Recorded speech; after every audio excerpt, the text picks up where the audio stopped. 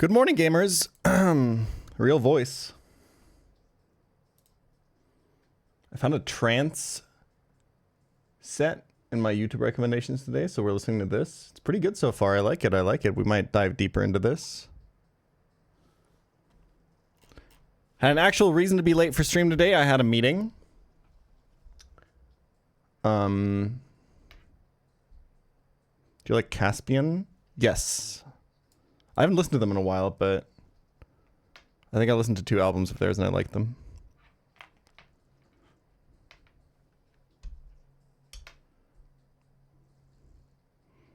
Did not play any Slay the Spire before work today.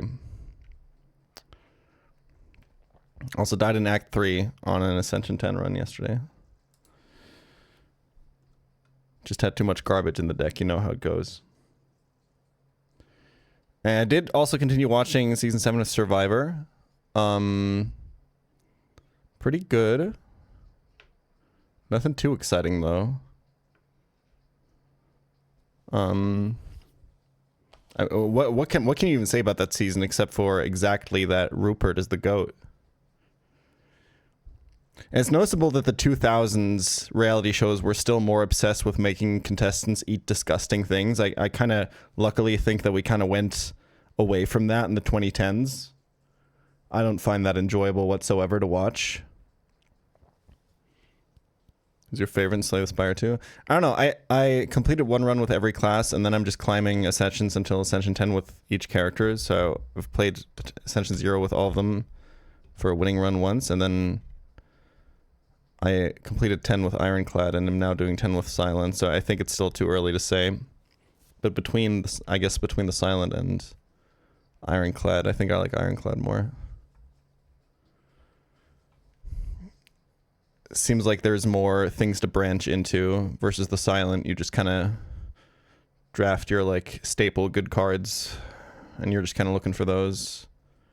There's just not very like diverse ways to like stack damage and stuff.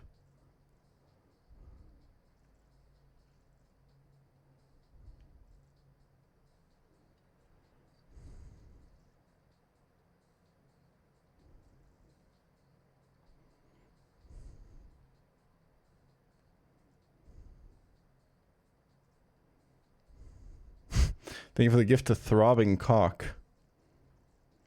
Any movies, games, media coming out soon you're looking forward to? I don't think so.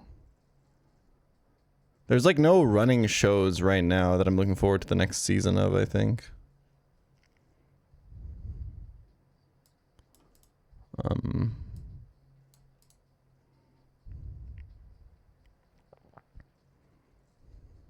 you watch Project Hail Mary? No, but I read the book, or I listened to the audiobook, I should say. TV fell off after Succession. It's true. It's true. It's just kind of hard afterwards.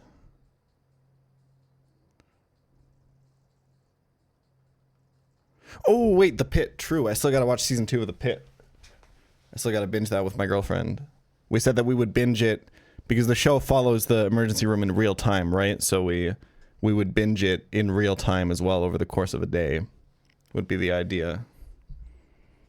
Maybe we get like themed snacks and outfits and cheap coffee and paper cups and stuff. I think it'd be fun. Anyway, let's get the juices flowing with a quick round of Poke Doku. Don't ask what kind of juice. Stop asking that, chat.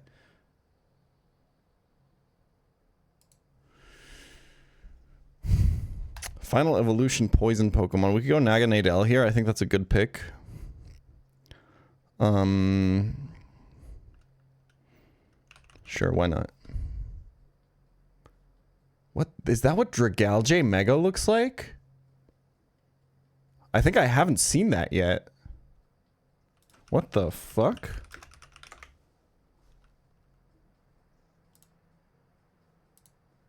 This is my first time seeing this. I didn't know it had a Mega. Okay, I fuck with it though, like heavy.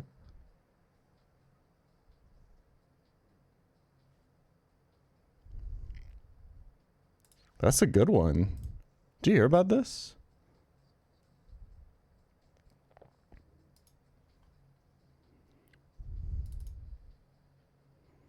It was in the null race, so I didn't see it. Water poison type. Just give me Marini and let me get out. No evolution line poison type. Could go Eternatus. That's probably the incorrect pick. I think you go like Monkey Dory, I think is a poison type. No evolution line ghost. Could go Sableye. Could go, I think a Giratina form actually is going to do numbers here, believe it or not. No evolution line dual type. We go something with forms. What about Tatsugiri?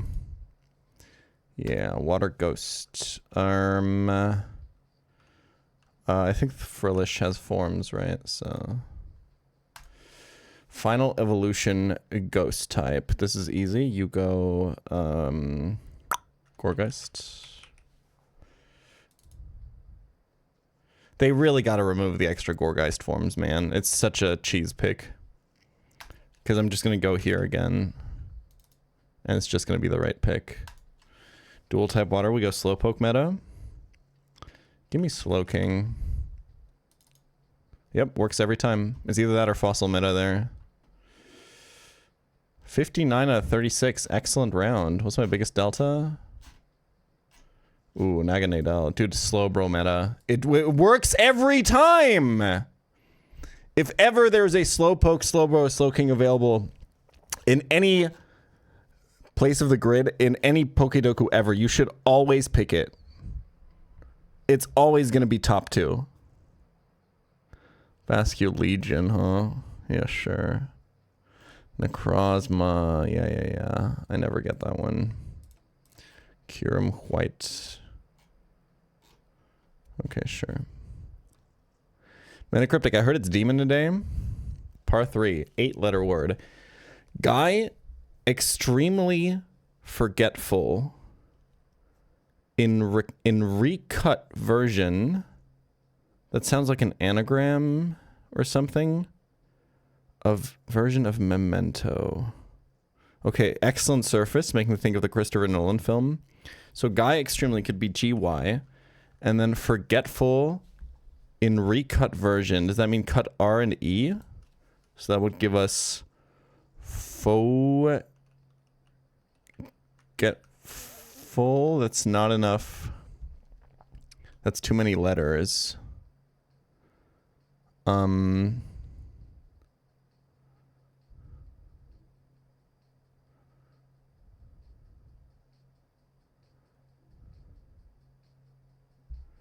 Oh, I think, okay, I think maybe it's GY. Is the definition Guy? That would give us FL for extremely forgetful. And that goes into a recut version of Memento. That's too many letters.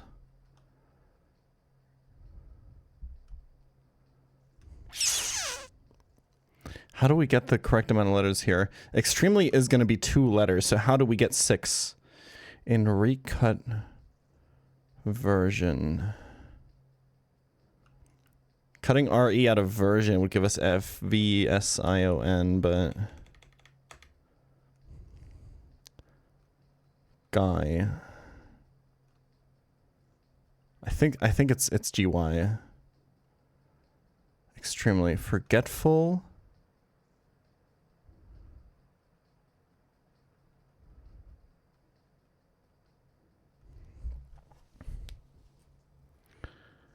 And a recut version of Memento.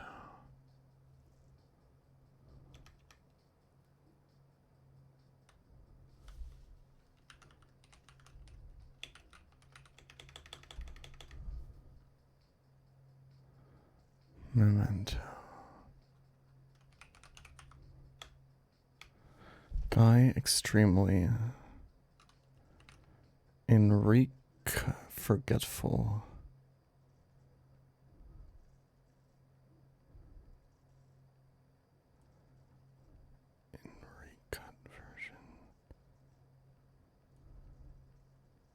I'm thinking about it, forgetful is some kind of fucked up indicator here.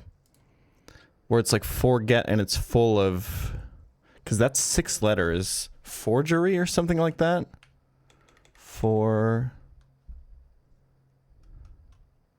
And recut version of memento is the definition?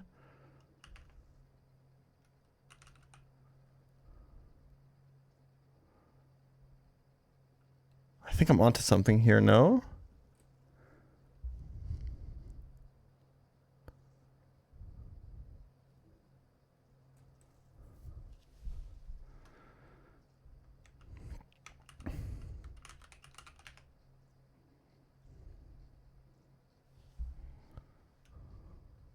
Frogady.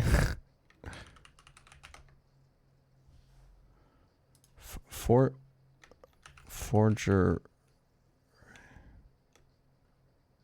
I think it's something like that.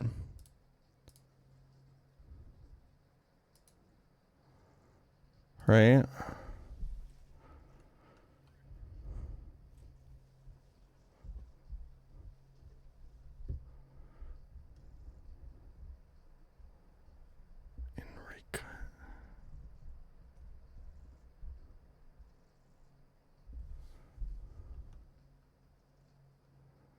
Version of memento.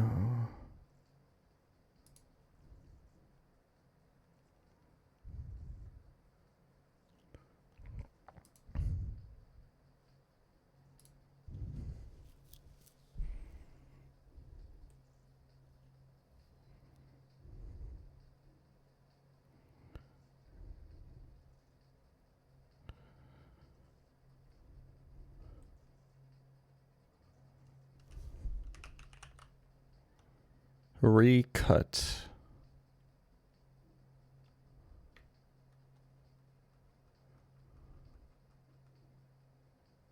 I don't think that we're supposed to read this as a partial indicator. Oh, this might be the first one in a while that cooks me. I might have to hint on this one. I'm really lost right now. Recut version.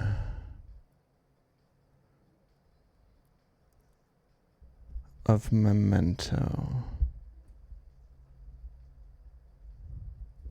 In recut version.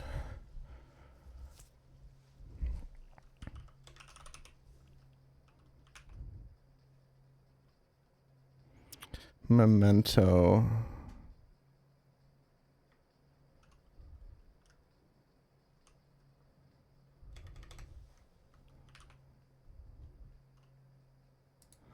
Extremely forgetful.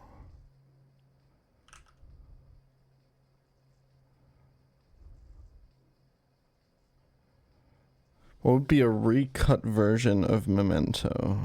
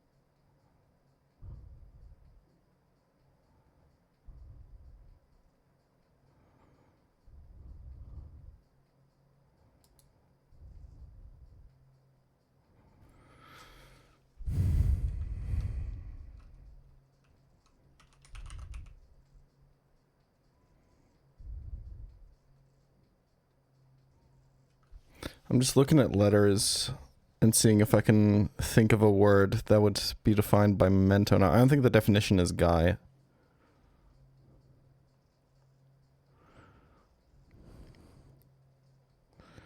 A memento is like it's like a souvenir, right? That has some letters of version in it. Yeah. Okay, that has all the letters of version in it. Oh, Guy extremely forgetful. Like, forget the extremes of Guy and just use the U. I understand.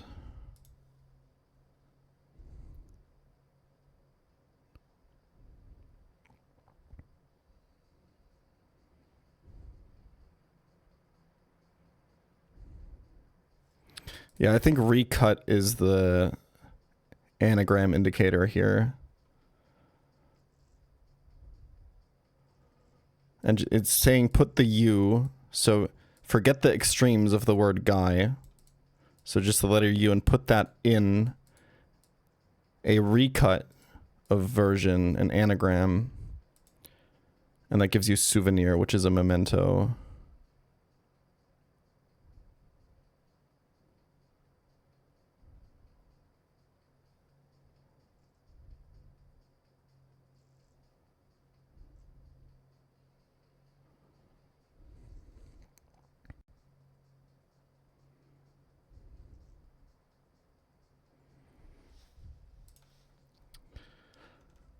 This one kind of lives off of the fact that recut is, and I really don't say this often, I know it's a really common criticism of these that I usually don't agree with, but the difficulty on this one really lives from the fact that recut is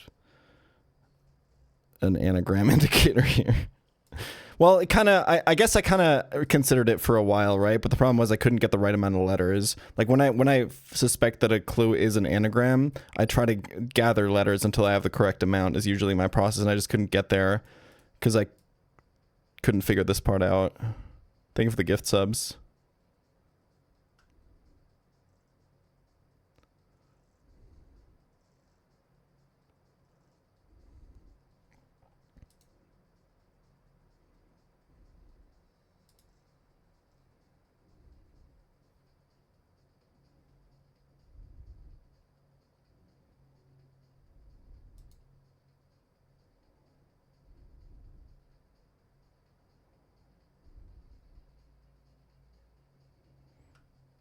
Is this a synonym, not an anagram? No, it's an anagram of version with U in it. It's a synonym for memento. Memento is the definition. These always work like mathematical definitions. It's like x plus y equals z. Z is the like a regular crossword definition of the word. If you saw memento in a crossword, memento 8, if you were good at crosswords, you would know to write in souvenir if you had checking letters and stuff. And the rest of the clue is basically there to give you those checking letters that you would normally get in a regular crossword. The difficult part is figuring out what part is the definition, but it's always either in the front or in the back.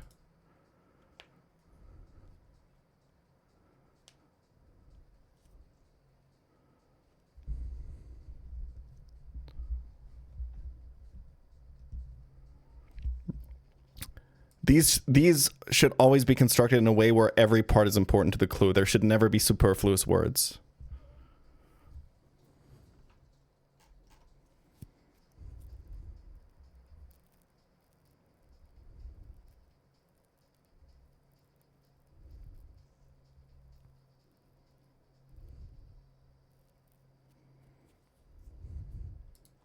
If Guy is extremely forgetful, it forgets its extremes, which are the extremes of the word. That's the ending in the beginning. So you're left with the middle.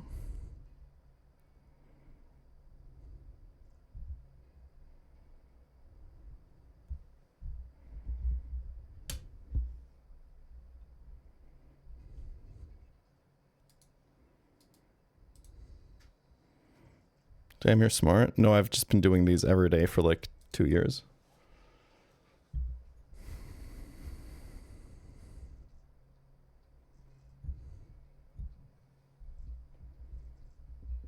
So is it just a coincidence there's a movie Memento played by Guy Pearce? No, that's the genius of the clue, is because that's what the surface reading of the clue is supposed to clue you into. That's what makes like a good cryptic clue, is the surface reading of the clue is supposed to hint you in a completely different direction. That's why the writing on this one is genius.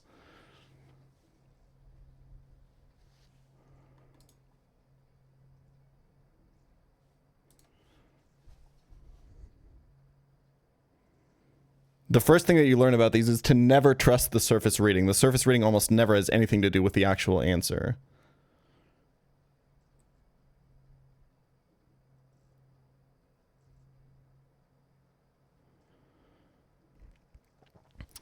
The cryptic clue that I always refer back to, I mean, the one in the mini last Friday was crazy. The one where the definition for discus was flying saucer in a field.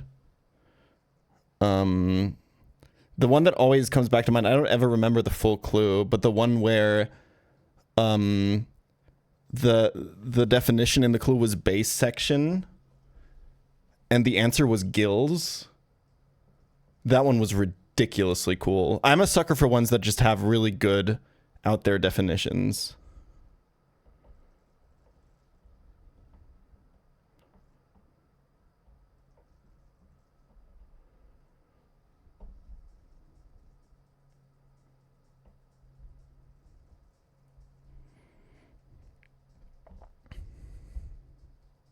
You got the solely off the definition of memento? Yeah, kind of. Sometimes that's just how you go. When you think that when you kind of zero in on what might be the definition, then you can kind of just guess it sometimes.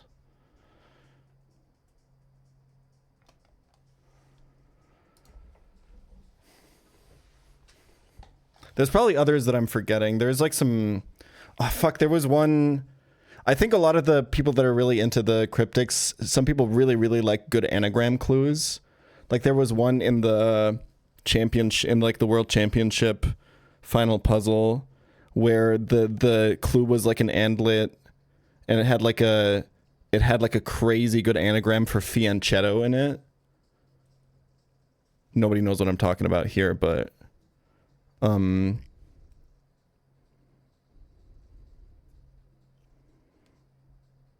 chess, yeah.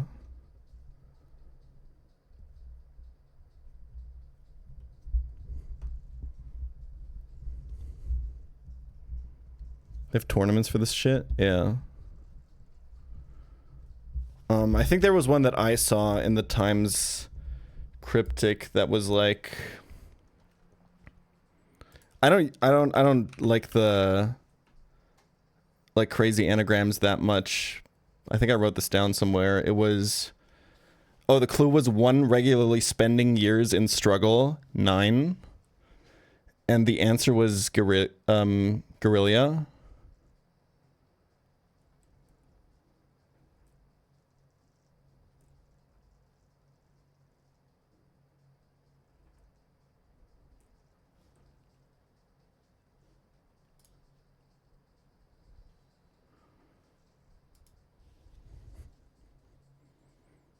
Those are pretty cool, like andlet anagram.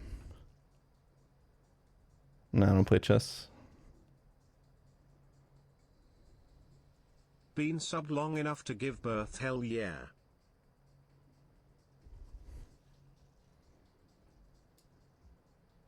Okay, let's lock in.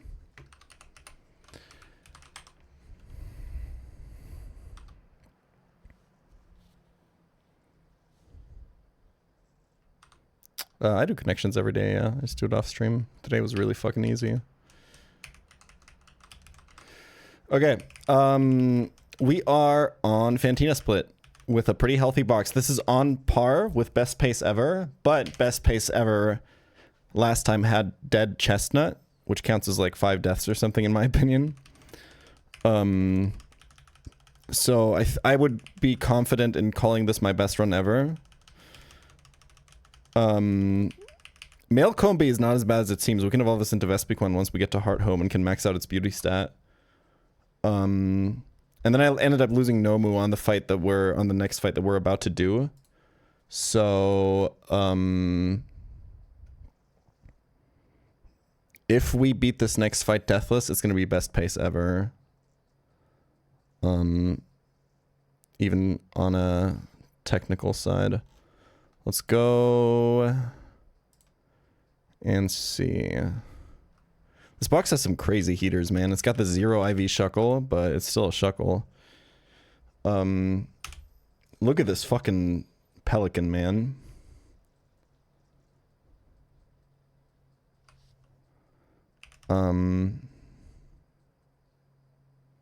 Ooh, that's good stats, Victor Lazarus. Thank you. Best pace, Barry 2, 0, Rourke 0, Mars 1, Terra Luna 2, Gardenia 5, Jupiter 7. Base. That's actually... Can we actually make that a command?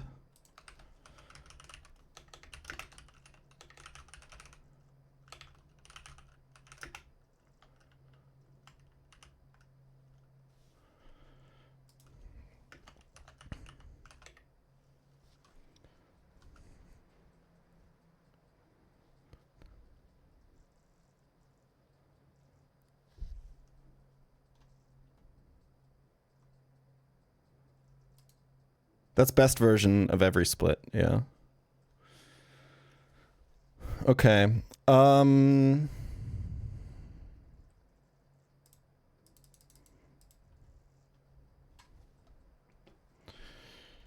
We have Ganymede and Io coming up, the next moons of Jupiter. I think the main puzzle of this first fight is killing the Magneton in a way that doesn't interfere. This fight's all about trapping, right? The Wobbuffet traps you, the Magneton traps your Steel types, the Dugtrio traps you, the Umbreon traps you with Pursuit. And then Toxic Spikes make things harder. I think the main puzzle is like whatever kills the Magneton should not risk dying to like a bunch of King's Rock flinches from Dugtrio and then Pursuit. That's pretty hard. I think Sandslash goes crazy here though, no? He's not going to take like any damage. And I think he's going to outspeed Magneton. Nope. If we level him up enough, I think he is. He's hasty, so I think we can get there. 35 is already quite high though. What's nice about bringing Sandslash is that he also has Cut already. Magneton does have Magnet Rise. I am forgetting about that currently. That's true. Okay, that does complicate things a little bit. What about Monkey? Monkey baits Dugtrio. Should we open... Let's open the Monkey loot box, I think. Because I need to be able to check my speed stat here. I don't think we're going to be faster than Dougie, though. Okay, so big thing about Infernape in this game... Monferno and Chimchar are always Blaze. Half of all Infernapes have Blaze, half of them have Iron Fist, and only when we evolve can we find out which one it is. And I think it's time. We want Iron Fist. Punch moves are buffed in this game, and we do... I think we already have Fire Punch, right? No, I think we get it at 36. Let me double check. Yep. Although technically a Blaze boosted Fire Punch is more damage than an Iron Fist boosted one. It's just a lot worse on Calculus.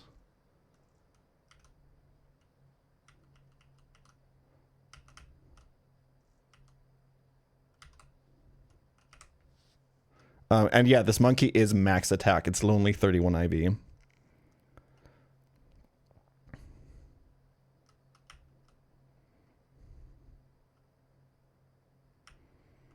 Should I have kept Flame Wheel there for defrosting?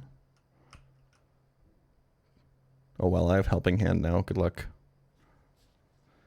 My first Infernape of Platinum Kaizo. Only starter I haven't had now is a fully evolved Empoleon.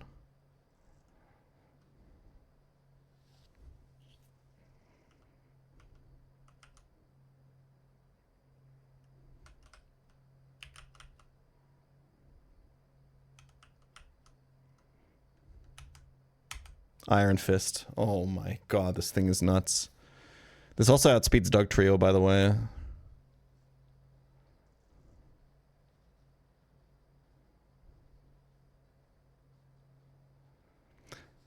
So Fire Punch is buffed to 95 base power in this game. And Iron Fist is a 1.3 boost, right? So this Fire Punch is basically Flare Blitz with no recoil.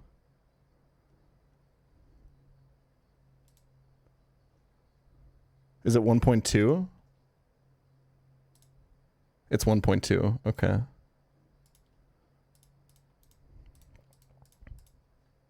It's almost Fire Blitz. Flare Blitz with no recoil. It's 114 base power.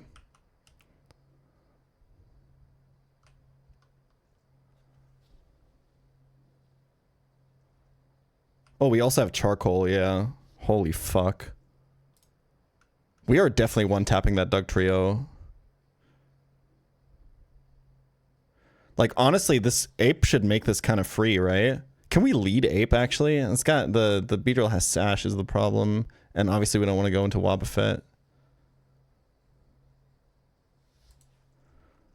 Let me confirm, but I'm pretty sure Fire Punch is 95, right? Yep. It's Physical Flamethrower. Only problem is we're already 36, and 38 is the level cap, but... Okay, so the idea would be... because Doug Trio doesn't come in on Macargo because of overflow logic. Don't worry about it. If you lead Macargo on the B-drill, you can fire spin through the focus session, you get Wobbuffet, and then you can just stall it out. Standard opening.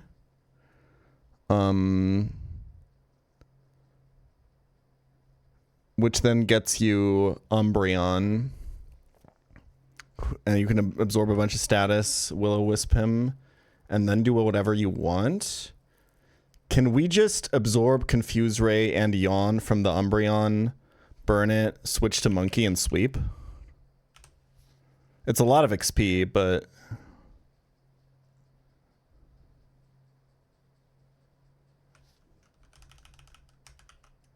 I think that's a 2-mon solution for this fight.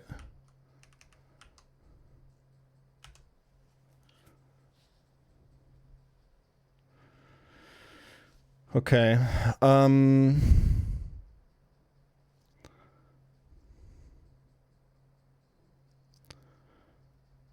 Monkey does seem good for Cycling Road, I agree.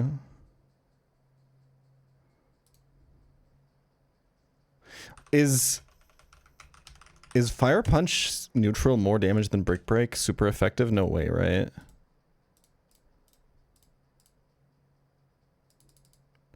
No, it's not. With Charcoal, it's actually really close.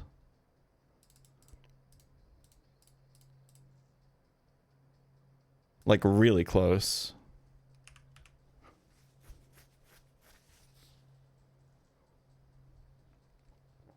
It's like 10% off.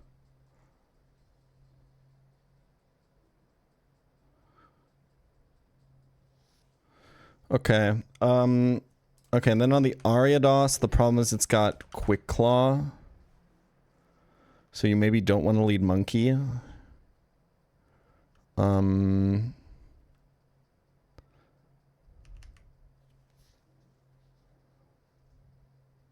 What would Monkey bait? Magmar, right? You kind of want no move for Magmar. It's kind of awful XP management, but... I really liked Ninetales on this fight. I think I did... Did I do Ninetales lead last time? No, I did Nidoking lead. Because it baited Magmar and I could just chain it.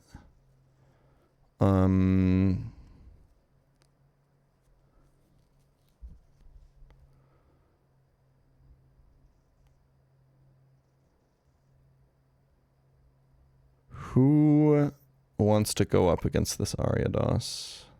I don't have good type matchups into it. Like, Dustox is okay, but Dustox doesn't do any damage back. I love how Pre-Sleep just completely invalidates the toxic spikes that the Speedrill is going to set, by the way. It's kind of crazy how good that shit is.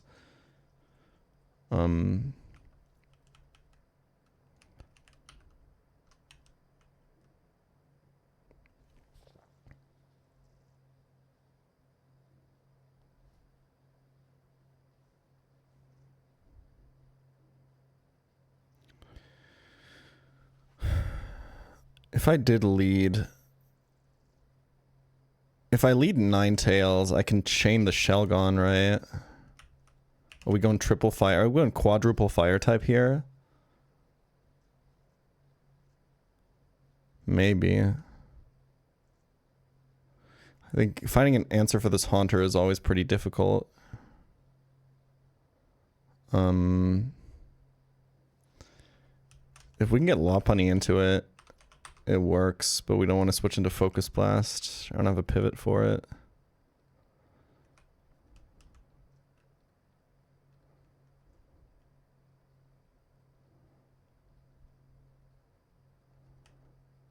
This team still needs a Cutmon. When in doubt, Shuckle out. Not sure if I trust it on the Haunter. No, I guess with Pre-Sleep it works. The problem is it baits random move from Haunter because Shadow Ball, Stab, Focus Blast are the same. Stab, Shadow Ball, and Focus Blast are the same base power. But I guess you could Encore. I think that works. And then kill it with... I mean, you still need something to... I don't think this is good. You're committing too many slots at that point. We want to be more efficient than that. Can we do it with Zatu? Are you fast enough? No.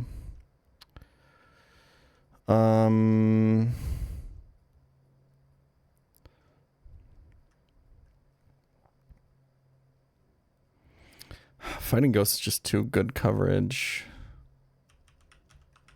You can't kill this, right? You just don't have the damage.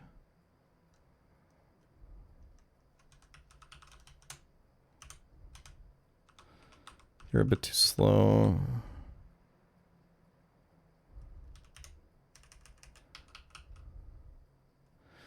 If I have a pivot that gets me Shadow Ball, I can do it. I just have to find something that wants to do the rest of the fight.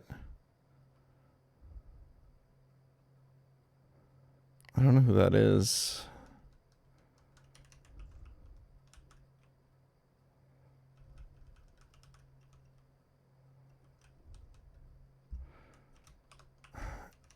Is it Wiggly for the Porygon?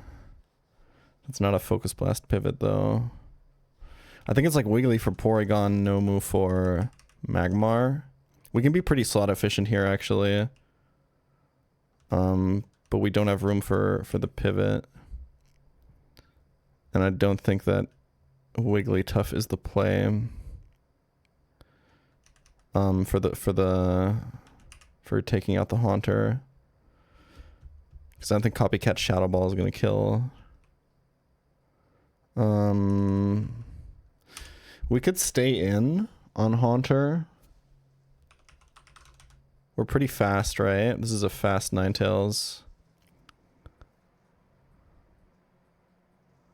It depends on if we took damage on Ariados or not, but in general, I think it's not super terrible to stay in there. I think Dustox doesn't do anything, right? Yeah.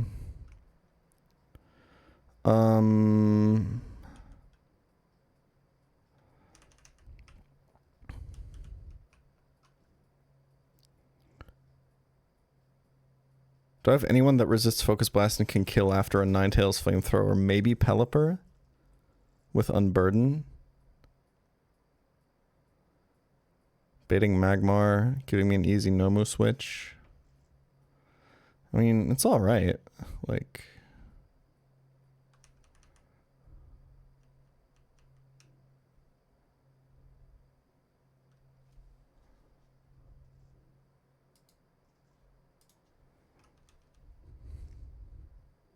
I don't have any other mons that are faster and resists Focus Blast, right?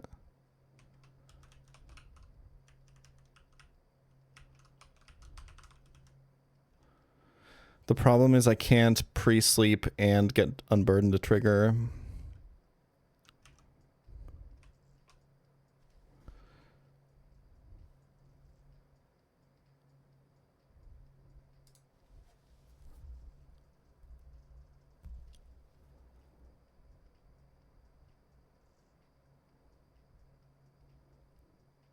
But he wouldn't hypnotize on the switch, so it shouldn't matter, right? Because Ninetales is going to be poisoned. Okay, I think this team wins.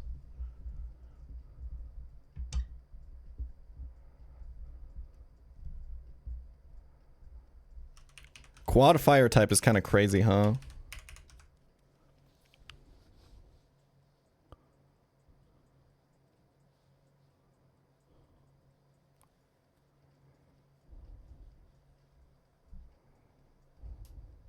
But two of them have Solid Rock.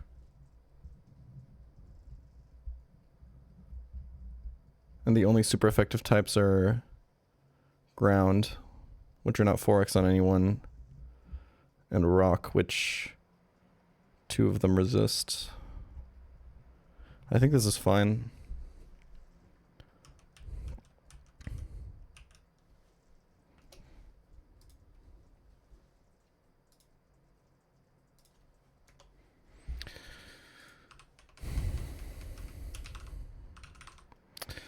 The question is, what level do we put Chestnut at?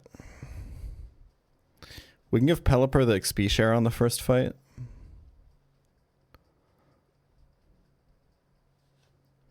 And just get to like 34.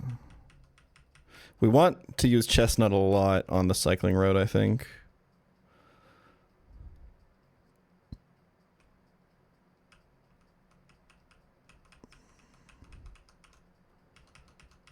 .34 is Ice Beam for this guy.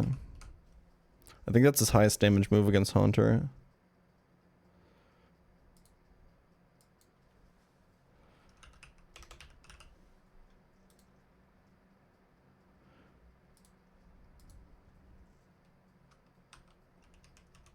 I think 34 is good for Chestnut.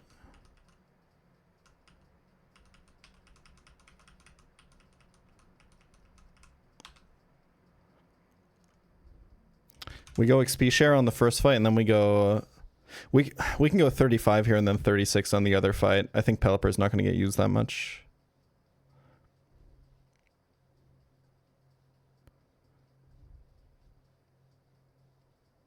Yeah, I think it's fine. Maybe?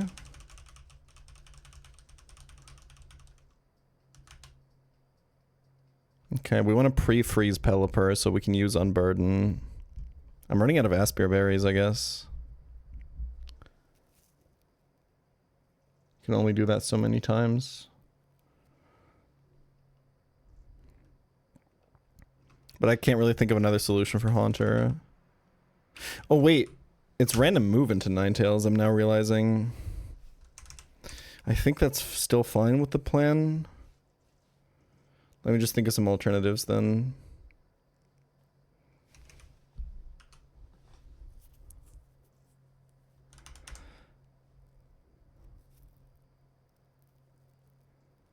I can't think of any. Oh, I don't have a Cutmon, do I? Ah, shit. Okay. Fuck.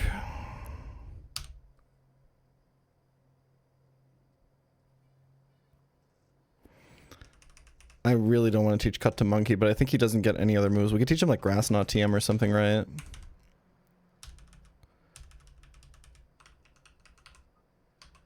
I feel like that's good. Or Aerial Ace for Fog.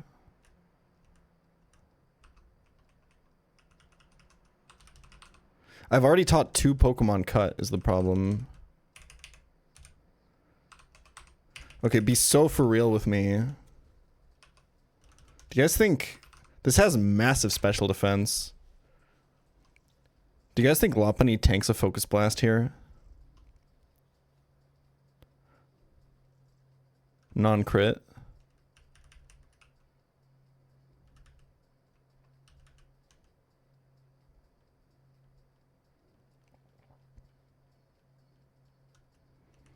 Like, the Pelipper plan is kind of sketchy. And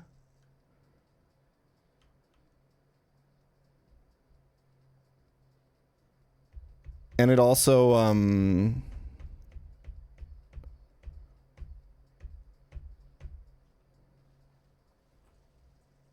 it also eats up one of my Aspir Berries, which is kind of my limited resources to use Unburden. I have 4, and I'm getting more later. I think that part is fine.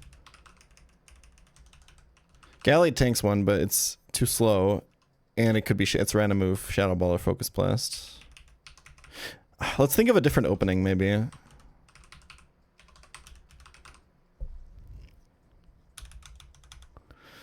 I'm already not liking this for like a bunch of reasons. The Quick Claw on Ariados makes it really annoying, and so does the Intimidate.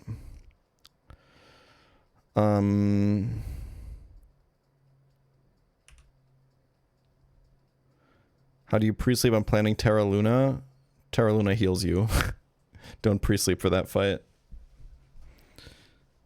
You're gonna end up equipping no Chesto Berries, getting healed, and being fucked.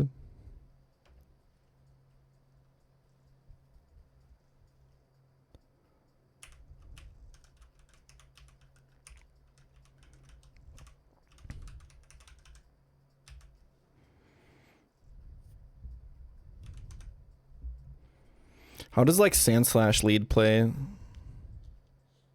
It baits Porygon.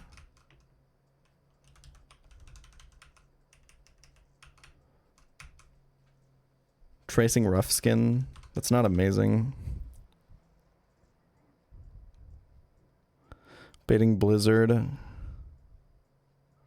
I can go to Chestnut for a bit.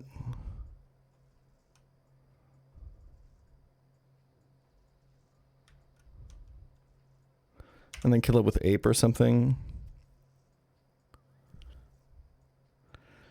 And that puts me in the same position versus Haunter. And I haven't dealt with a Shelgon yet.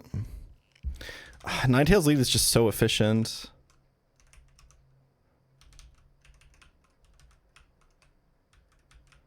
I think I'll go with this plan. I think it's okay.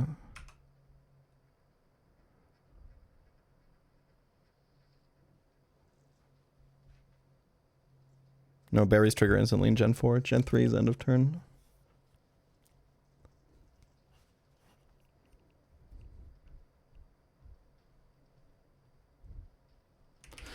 And just teach cut to monkey, I guess.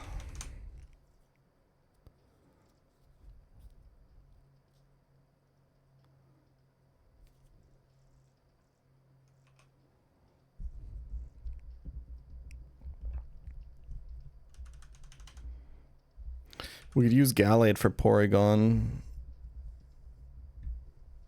instead of Wiggly. It's kind of bad though. I mean, both options are not great, to be honest.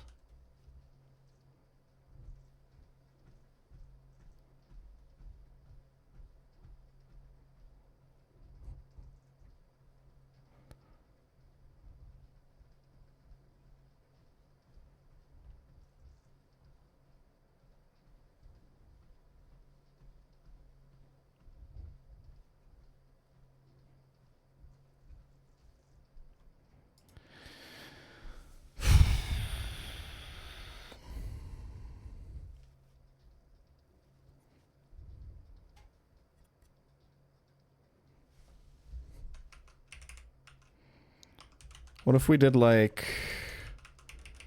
Chip the Haunter with Ninetales? Because I'm also not liking my Porygon matchup a lot right now.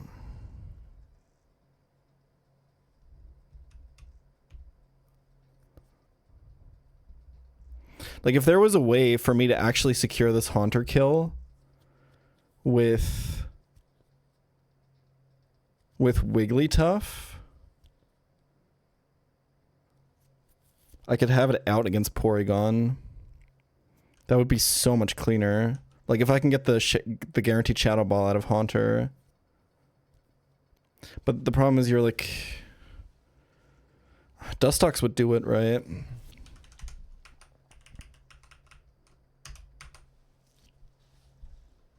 Fuck, I need Nomu. I think this is better. You get guaranteed Shadow Ball, you go here. After chipping with Ninetales once, you copycat. You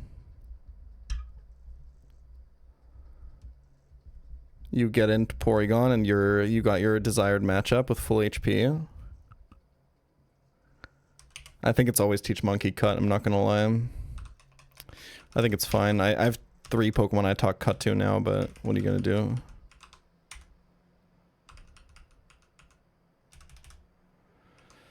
Goodbye, Helping Hand. Okay, Ninetales poisoned, everyone else asleep.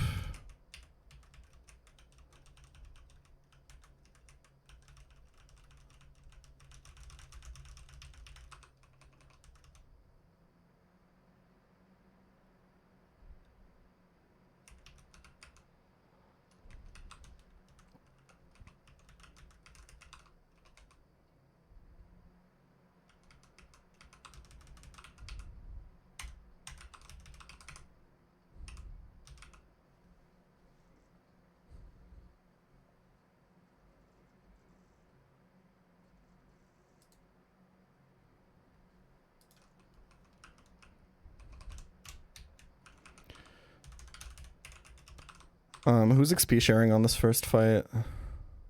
I guess Dustox is probably fine.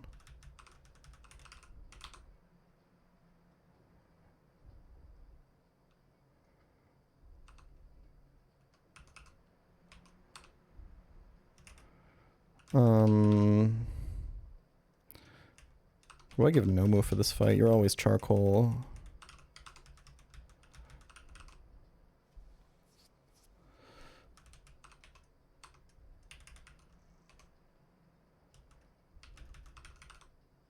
Let's go Quick Claw.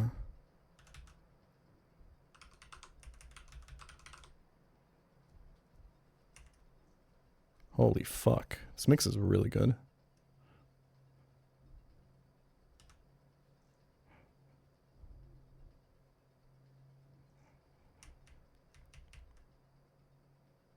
It's blue shard on chestnut, y'all.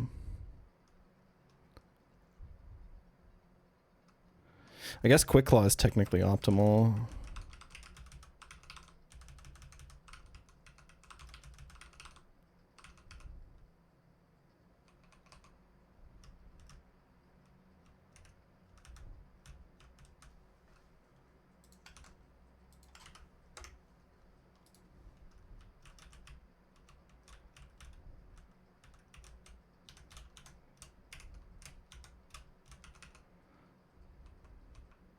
What would blue shard do for you? Aura? What do you mean?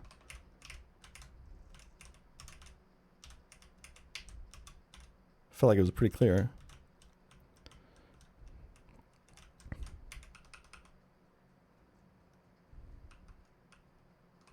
How are we doing on lemonades, by the way? Okay, we're fine.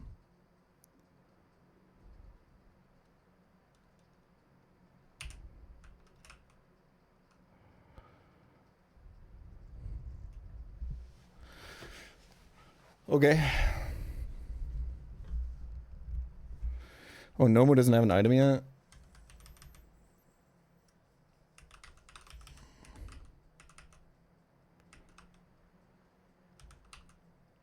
I guess you could hold on to this.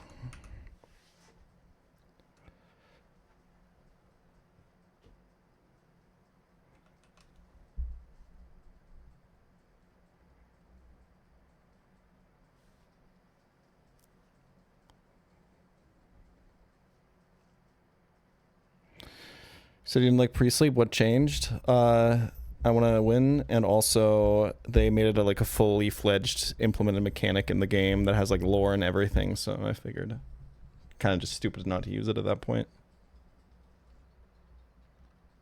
I still dislike it aesthetically, and because every time we do it, we have to deal with like 10 million questions. But it's gonna get better. It's okay.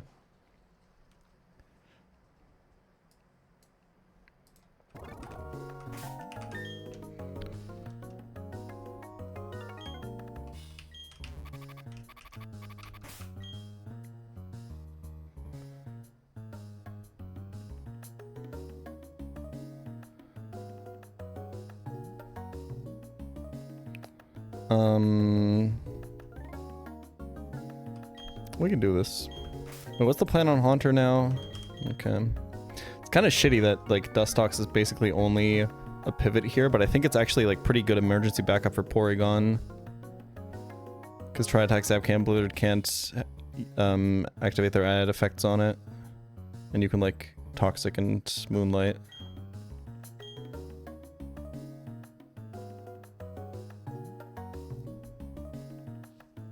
Okay. Bow, bow, bow, bow, bow.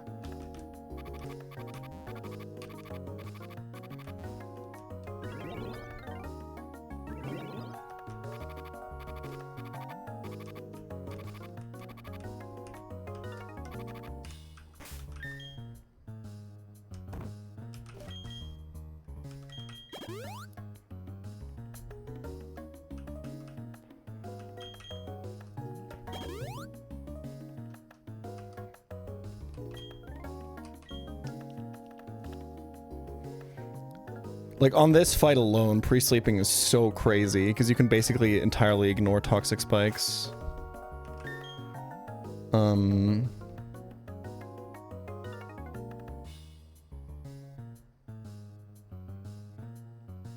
It's so strong.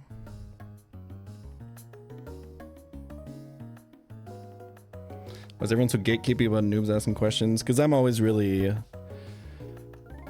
snappy and annoying and pretentious and high and mighty about noobs going in and asking questions, so chat kind of repeats that attitude. It's kind of a fault of mine, but what are you gonna do?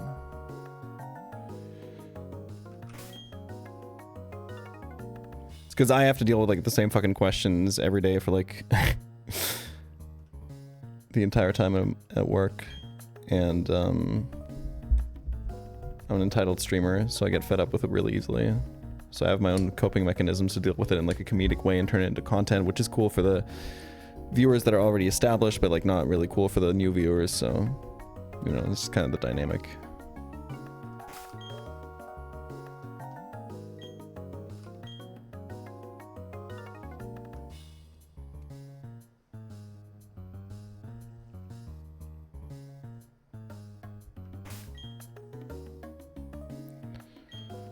All right. You know what? Make that a short, actually. I think that's a good idea.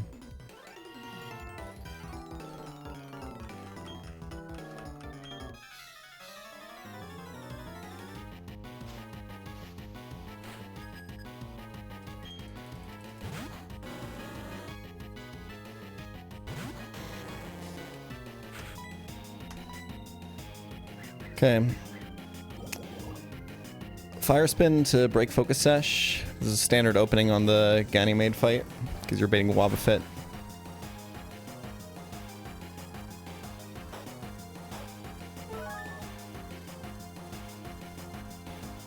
For those that don't know, fire spin is buffed to 90 base power in this game. It's a very good move. Almost all trapping moves are buffed to like 90 base power, some even higher. There's Wobbuffet. Can't switch on Wobbuffet because it's Shadow Tag, and you don't want to hit it because it's got counter and mirror coat. We also got to be careful because we know that Macargo is slower than Wobbuffet, which means that he can Destiny Bond when he's in kill range. So we shouldn't click Fire Spin when he's in kill range. We should just use up all of our PP here. And now it might look like Macargo was faster than Wobbuffet there, but that's because it clicked counter, which has negative priority.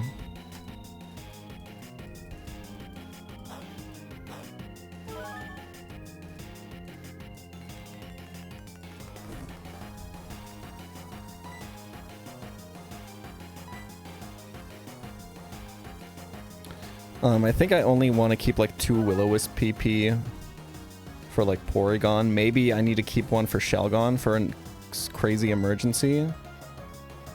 So I'll keep 3 because one of them could miss, and we'll use recovers afterwards. Also, we can't just throw Pokeballs to stall turns because we're playing a hardcore Nuzlocke, so we can't use any items in battle.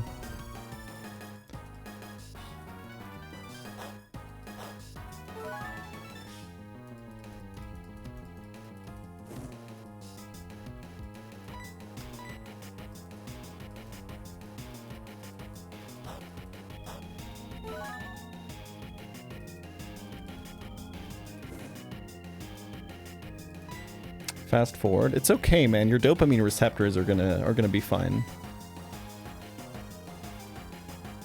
It's gonna be okay.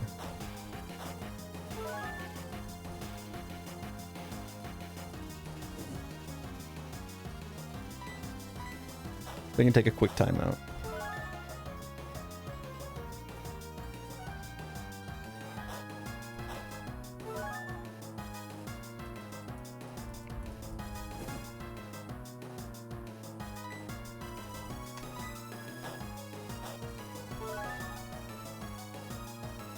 EK Lover. Just takes a while because the Wobbuffet has leftovers as well. I think we said we kept 3 Will-O-Wisp PP, just in case we need to hardcore steer on the next fight. Don't worry, the second half of this fight is going to go a lot slower. We're not quite done when the Wobbuffet falls, but when everything's set into place, it's gonna start escalating pretty quickly because we have a new addition to this team.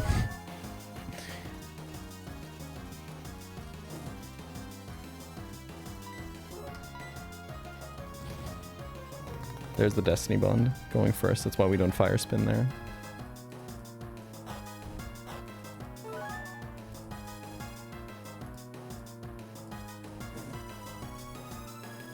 Start using recover PP now.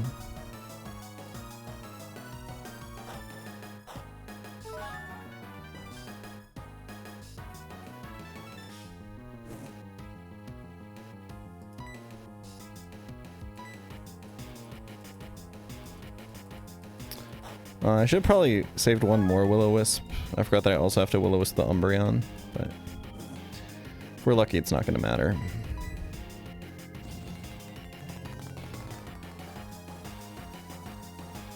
And remember, Destiny Bond doesn't trigger off of passive damage, so we're not going to go down here.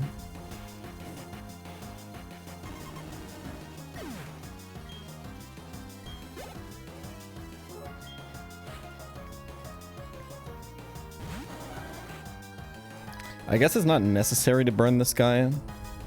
We kind of just want to absorb confusion before we switch here, but I think we want to do a little bit of chippage, right? I just don't want to, like... I don't want Fire Spin crit to kill. I think Will-O-Wisp is good. What if he Mud Slaps on my switch? Isn't that really bad?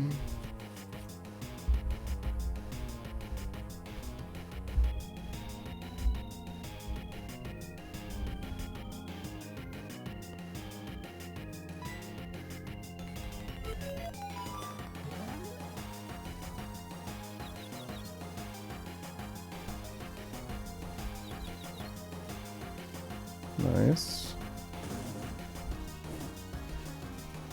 Why didn't I think about this, by the way? I mean, he's likely to yawn.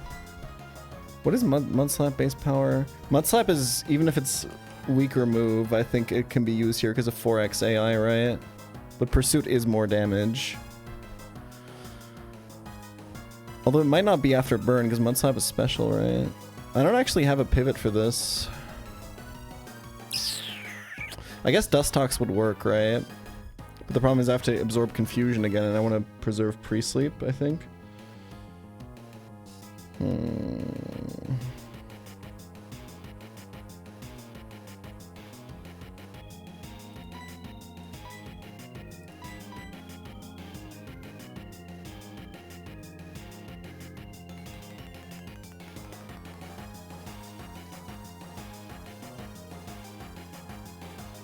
I can do the Dust Talk pivot if it ends up being Mud Slap into Monkey.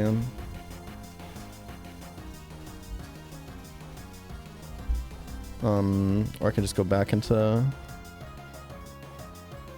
Chestnut as well. I think it's good to just go here because he's likely to click Yawn, right?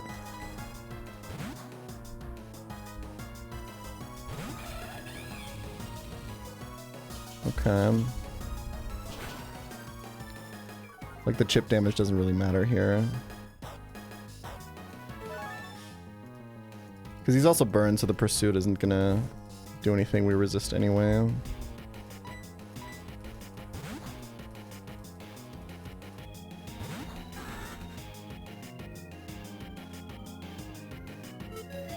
Okay, I don't think Mud Slap should be possible now.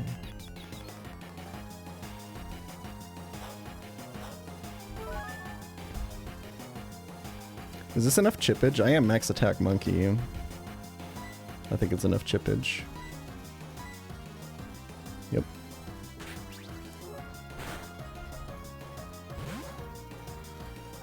Alright. Introducing Vegeta. The first Infernape of my Platinum Kaizo career. This thing happens to be max attack. It's Lonely Nature 31 IV. It's also got the Iron Fist ability, which boosts punching moves by 1.2, notably not Brick Break. That's not a punching move. We have Fire Punch, which is buffed to 95 base power in this game. With Iron Fist, that comes out to 114 base power. Just out the gate, that's before Stab. With Charcoal equipped, Brick Break super effective is just a little bit better than just raw neutral fire punching here.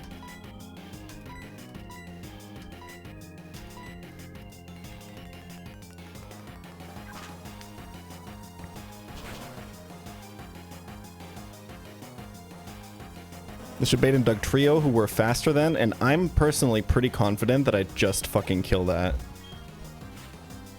I don't know about you.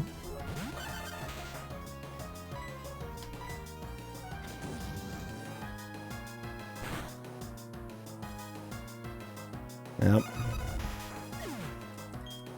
Another one for the road?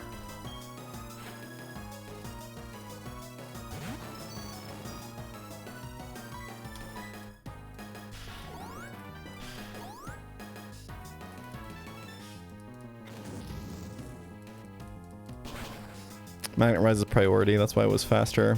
Monkey! That's how you play this Pokemon.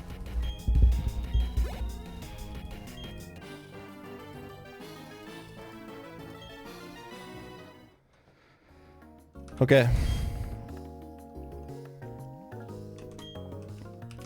This is now officially best pace ever. I lost Nomu on that fight last time.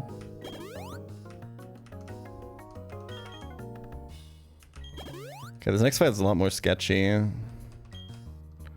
I think we keep Charcoal here. I think we keep Shell Bell here. We are like minimum special attack on Ninetales. Maybe I want to go Charcoal. Real quick. Why do you play with pre-sleep? It's just really beneficial. You can sleep them in a way where you know that they're guaranteed to wake up on the first turn.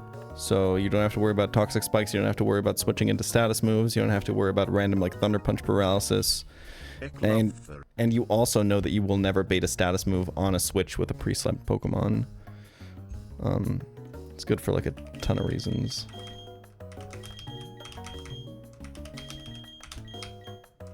Okay. Wiggly Biggly Wiggly item is going to be important here.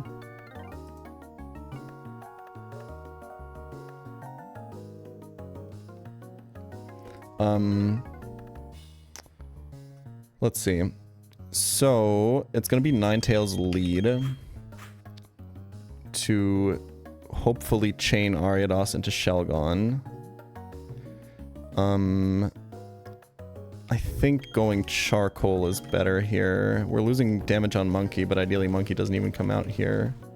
And even if it does, it's likely Brick Breaking something or Fire Punching Haunter, which is probably dead anyway.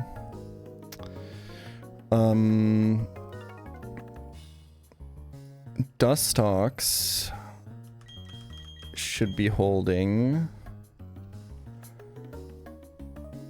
I guess Silver Powder. I don't actually like... Yeah, I don't know how much I like Quick Claw on Biggly Wiggly. Because it messes with like copycat stuff. You're slower than Porygon, right, Wiggly? Yeah, you are. Yeah, you are. You're a slow little fella. Alright, so...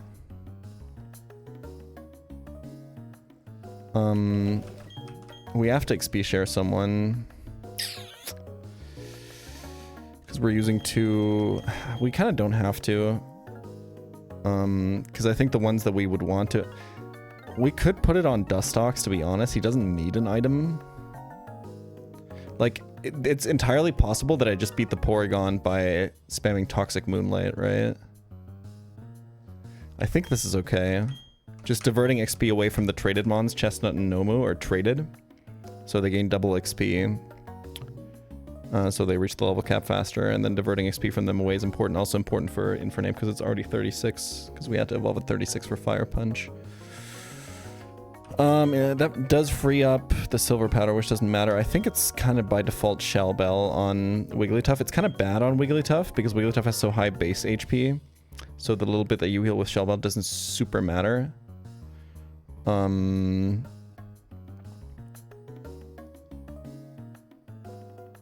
actually don't mind the thing is, like, on turns where Quick Claw might matter, I think I would copycat anyway. Let's go Shell Bell. It's like the most noticeable. We need Persim on Nomu for the Magmar matchup.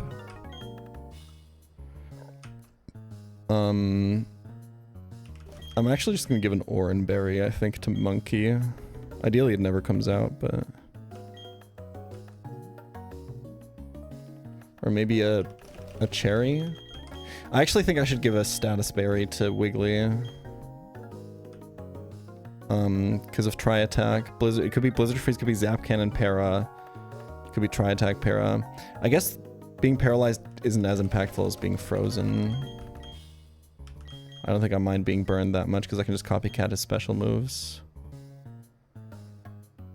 Let's go Aspear Berry, and then that frees up the Shell Bell. I guess Chestnut isn't really coming out, is it? Let's go Shell Bell here. If I would have kept Flame Wheel on Monkey, I could go Cherry Berry and cover all the relevant statuses.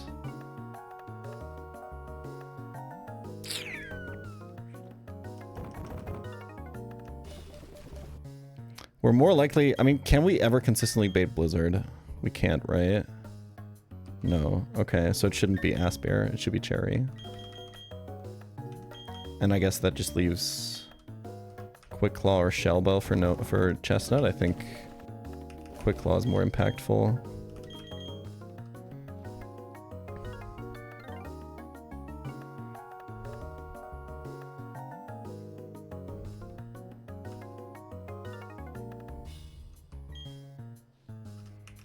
Okay. And then as long as we step to the left, we shouldn't block the way out, right? Let me run ads real quick. Getting my water, be right back.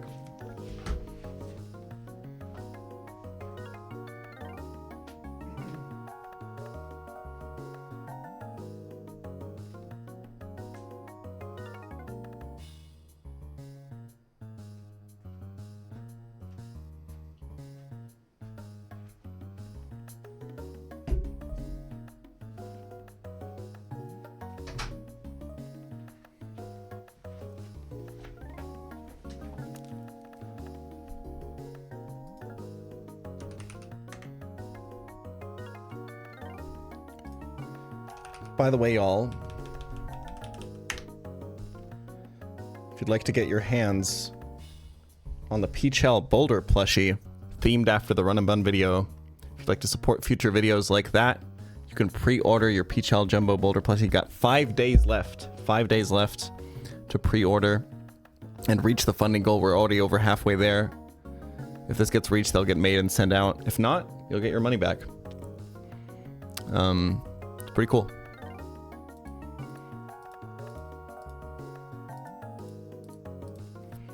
Anyway.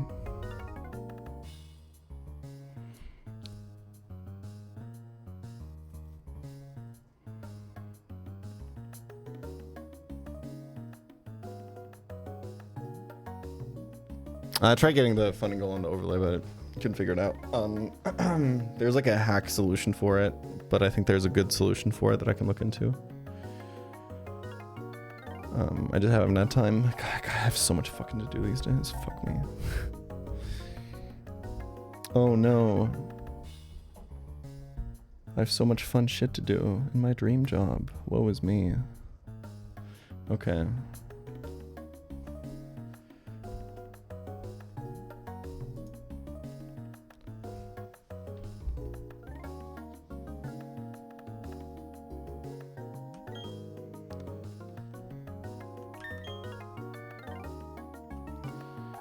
Let's run it.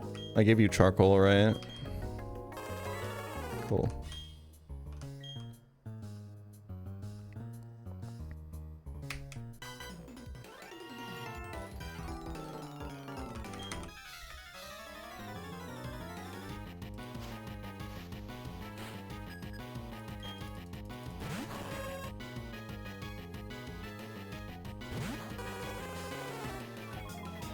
Okay, this is probably gonna set up toxic spikes,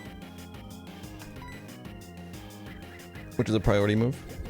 It's got a quick claw, so you kind of have to respect the Mega Horn and stuff from this. What I like about the Ninetales opening here is it baits Shelgon, because superpower, there's no super effective moves on the back on a fire type, so that means that the switch in AI goes into what's known as Phase 2. In Phase 2, what the AI does is it looks at every single move on the rest of the party, and then takes the dead Pokemon, in this case Ariados, and calcs how much damage each of them does with that move, how much damage Ariados does with any of those moves into Ninetales. In this case, it found super power at 120 base power, doing the most to Ninetales, because that's a physical move. Everything else is a special attacker in the back. We can just Aurora Beam this.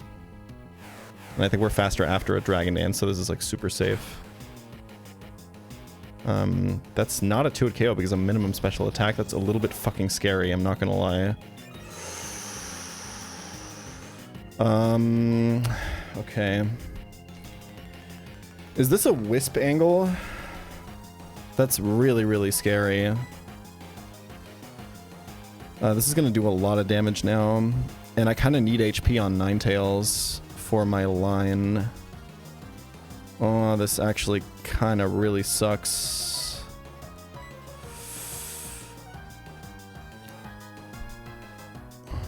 I think he can dance again, right? If he dances again, it's like a wipe angle, but I don't think I can invest the disable if he ends up attacking. If it's Will-O-Wisp miss, it's also really, really bad.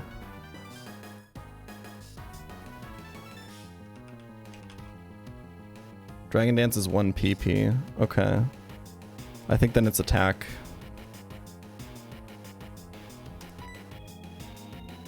We just have to dodge crit here, I guess. Or maybe we high roll? Nice. Dude! The crits this run are so insane every single time when it's important. That sucks being XP shared here. Oh, the Spade's Magmar? Oh, fuck. Why? Oh, Thunder Punch. Physical move. Ah, shit. Okay, my line is a little bit cooked now. I think it's actually completely fine. I think it's playable from here.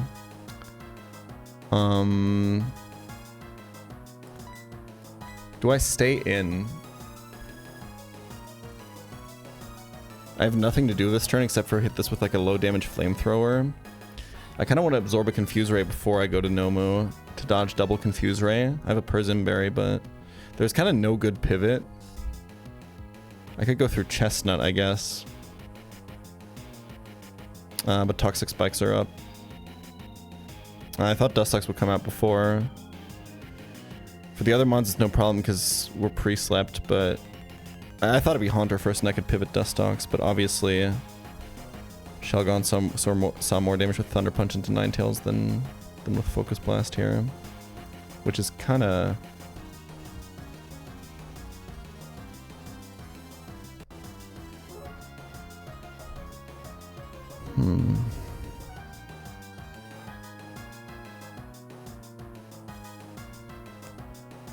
I mean, double Confuse Ray is not terrible, right? Like, this matchup is just still good, even if you're confused.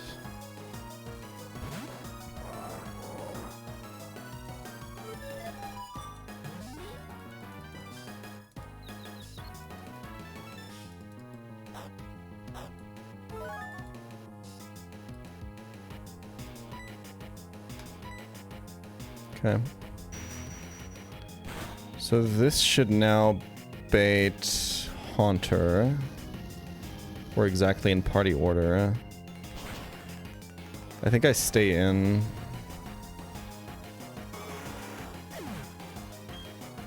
Just tank a Shadow Ball and chip damage this guy. And then Dustox pivot to confirm Shadow Ball into Wigglytuff, and then I'm full HP for Porygon. I think this is good.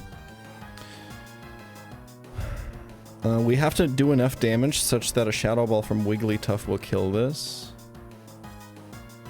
He could Gravity, which would allow us to hit Earth Power, but he has a Shuka Berry, so that doesn't matter. Going for that outplay. If I kill him with crit, it's not the end of the world, actually. It's like kind of fine-ish, depending on what he clicked, I guess. The problem is he can click Hypnosis here, right? I still have to do Chip. There's like a decent argument to just switch to Ninetales.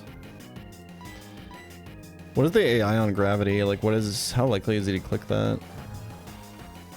He asked, expecting anyone in chat to know that shit. I'm looking it up myself. Gravity.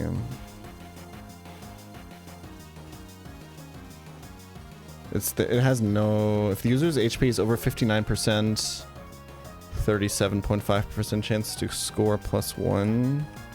Is that the same as Hypnosis?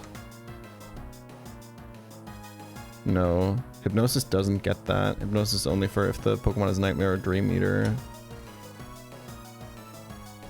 So Gravity is the most likely move.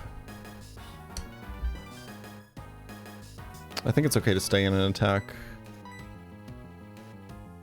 I'll just go for highest damage. Okay, that works for me.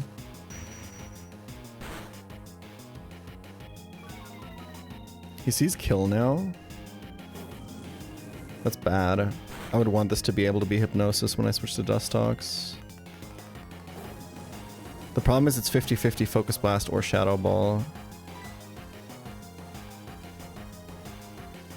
Which is why we brought Dustox, so we can confirm Shadow Ball when we go into Wigglytuff, and then we can take the Shadow Ball and counter it with a priority Copycat. I mean, I could go to Ninetales. Killing this with Wigglytuff is optimal, right? So let's try to play for it. I think Dustox is high level enough to where... Oh, that's perfect. Oh, that's literally so perfect. And now we can't Hypnotize. The problem is, what if he Gravities on the switch? Then I just pivot Dustox and go back, right? Yeah. And if it's Shadow Ball, I win.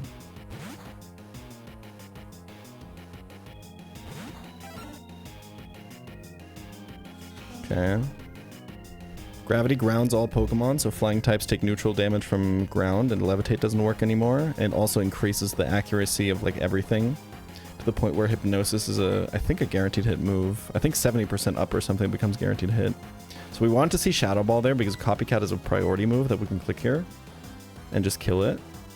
Copycat copies the last move used on the field. There is no the last move used on the field is Gravity currently, so we don't want that. But we can... This is guaranteed Focus Blast because it can't Hypnotize because I'm pre-slept. So we can just go back into Dustox.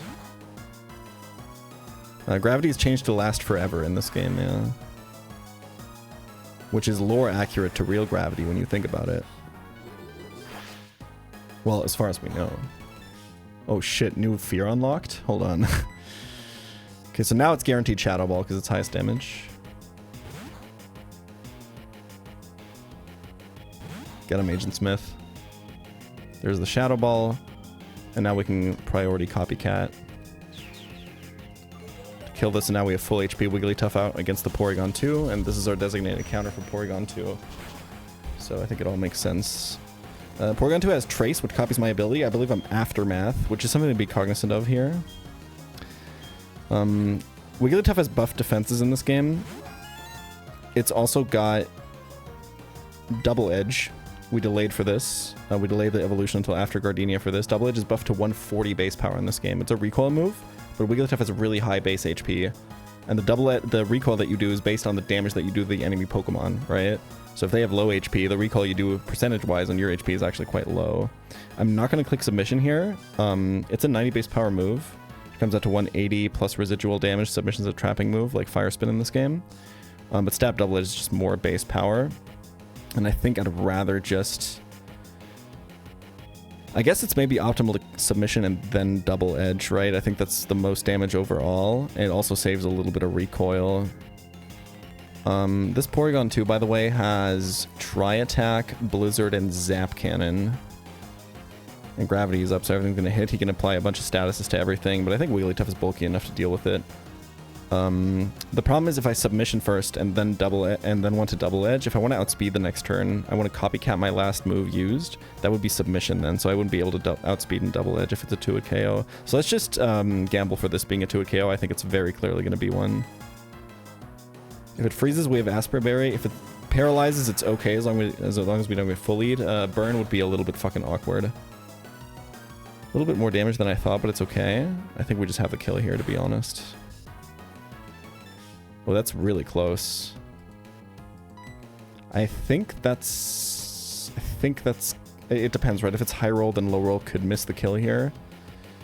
We don't technically die if we miss the kill.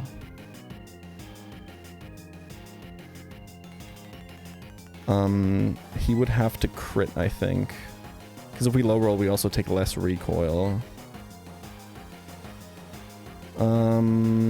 The problem is, well, if he's dead, it's fine, right? Because he's not going to get an attack off because Copycat is priority.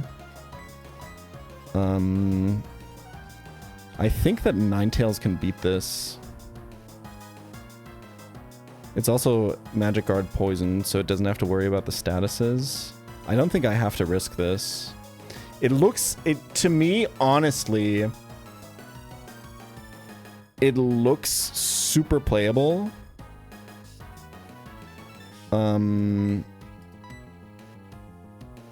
Like, it looks super clickable here. I think I've lost a Ninetales on this Porygon 2 last time the exact same way, where I thought something might be a range, so I switched. And then I ended up, the fight kind of ended up snowballing a little bit, because I lost tempo. This looks like it kills, to be honest.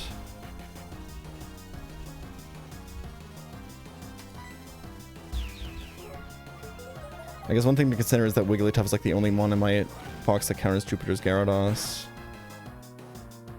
Okay, easy. We take Aftermath, but it's all good. It's a quick head calc there. This Pokemon is really strong, by the way. Double-edged Wigglytuff. Holy fuck. Okay. 5 deaths up to Jupiter.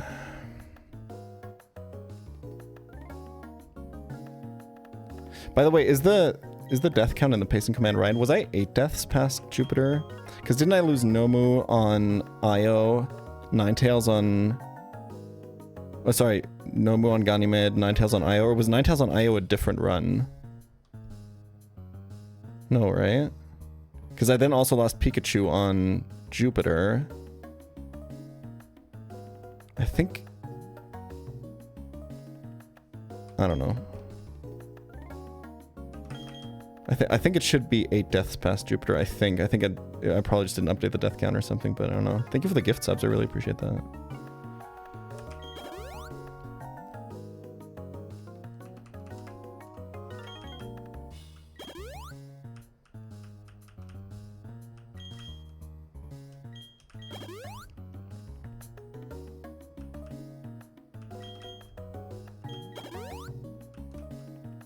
Because it should have been 5 past Gardenia, Nomu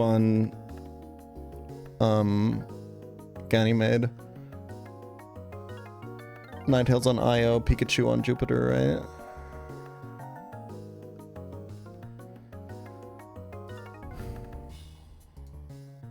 Okay, let me really quick open my map so I can make sure I don't... Okay, you gotta find the right pattern here. Otherwise it gets warped straight to Jupiter.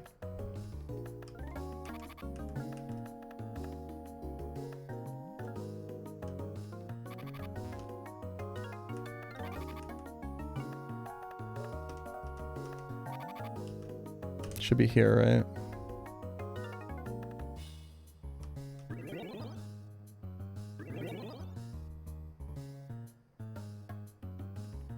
Oh, yeah, true. No, yeah, Ninetales was alive for like a long time on that run. You're right. I'm thinking of a different run, I think.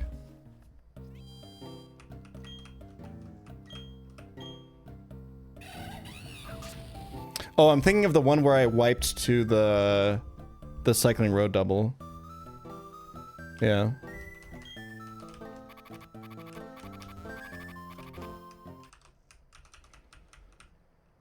Makes sense.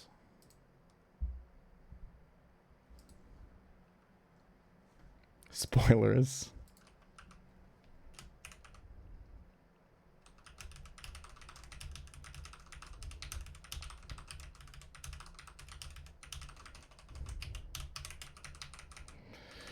Okay, the only thing that I have so far for this fight that I think would work is I think that Wigglytuff is going to beat Gyarados. I think if I can get Dragon Rage on the switch in. The only way I know how to do that is shuckle. But I don't think I have enough roll compression to commit 2 slots like that. I think it's always no move lead, right? What about like sand slash lead? It's way too slow. I think I have no other options.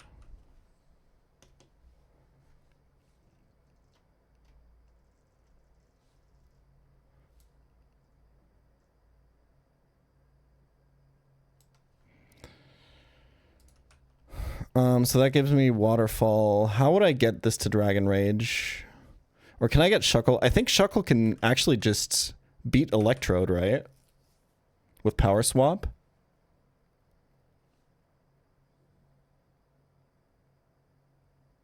We can commit Berry Juice for it. It's fine. Okay, so let's say we do this pivot. We get Dragon Rage. We go to Wigglytuff, and let's say we actually get that. Now it's like random move Metacham. And we don't have Copycat available because we just killed Gyarados, right? We can't switch anything into random move Metacham. If I have a just straight up sack into like a crazy tempo line, I can do it here. But I think maybe this is just sack Wiggly, which sucks because do I have any other Gyarados counters? I don't think so.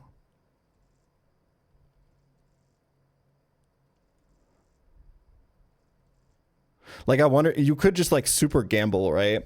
And switch Ninetales into a Dragon Rage and just Will-O-Wisp it.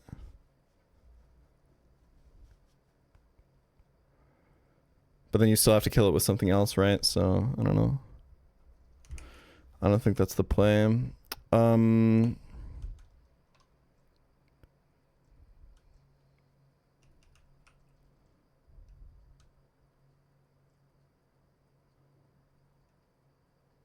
Okay, yeah, 7 death past Jupiter's best pace ever.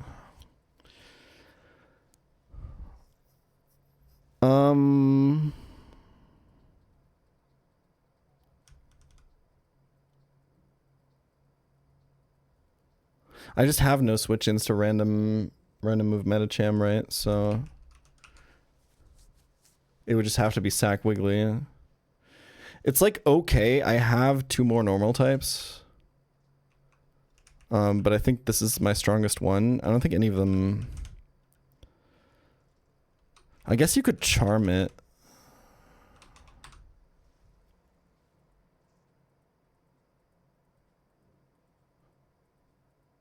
I don't have a shell armor mon, but like... You could like charm it and sack Perugly and then revenge kill with something else that puts you in a good position. Let's think about that.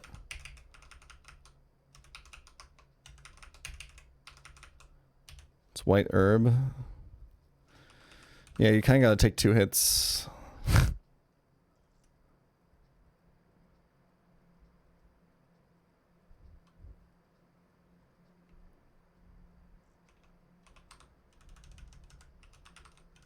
Wait, no, it's Walk-On Berry. What are you talking about? Metacham's white herb. Yeah. I think this works. And then just something that can kill it reliably from that position and bait something strong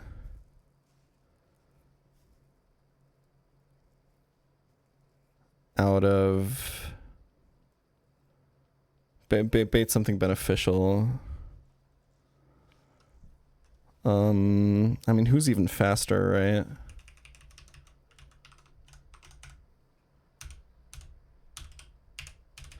Gallade could work.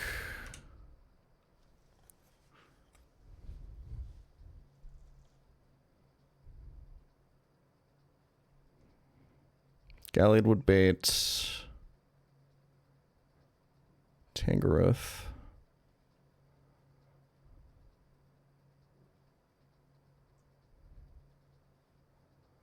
And you just fire punch it.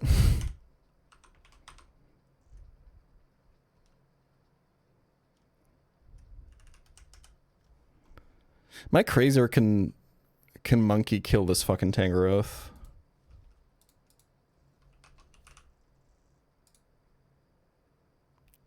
Probably not. That's just too bulky, right?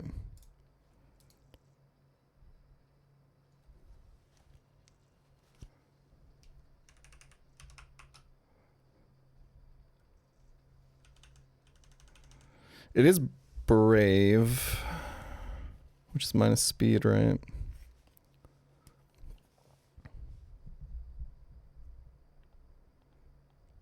Shuckle could encore it, but I just never get a chain kill out of that, right? I need some kind of like aggressive chain kill from the Gyarados kill. I don't think Gallade gets there. I don't think Monkey gets there. Obviously. I don't think Fine Bob gets there.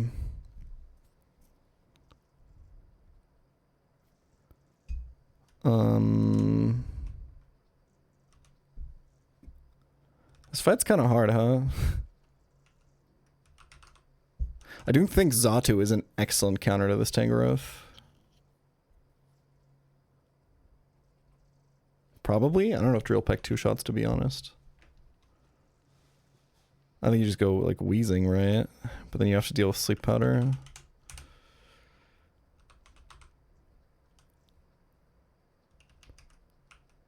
I guess I have a Chesto left over and I can pre-sleep. I think Wheezing would win. I just don't think it's enough, right? I'm committing like 2 slots for Gyarados. I never get a chain kill ever. I think it baits Medicham. No, it baits Lunatone. Ooh.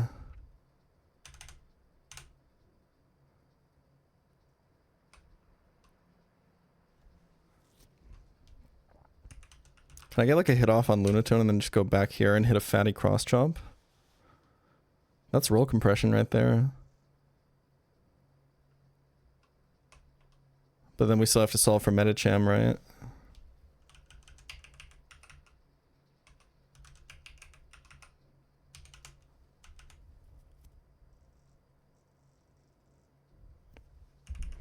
I don't have any good bugs. Any good bugs at all.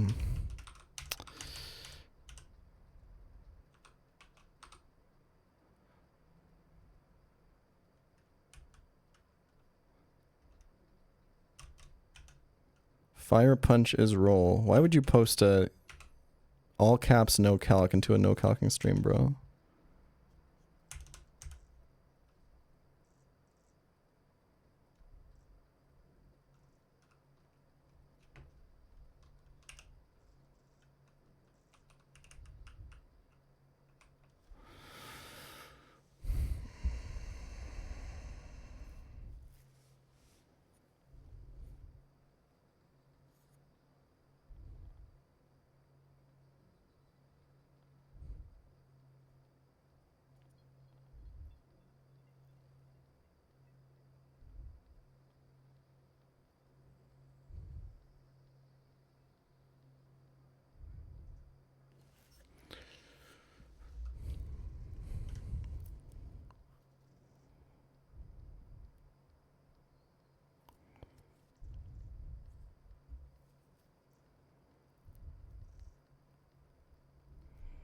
Do you guys think Wigglytuff Double Edge kills Medicham?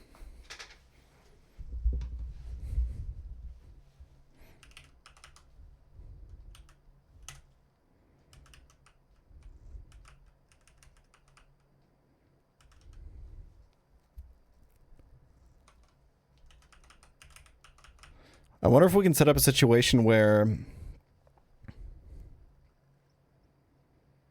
I mean, you just take so much damage coming in, right?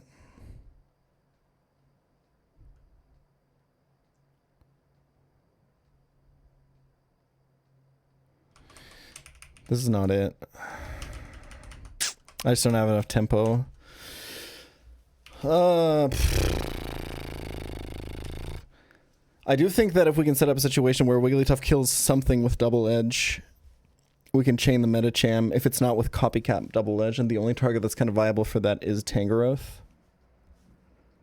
But we like have to get it into the right HP range, right?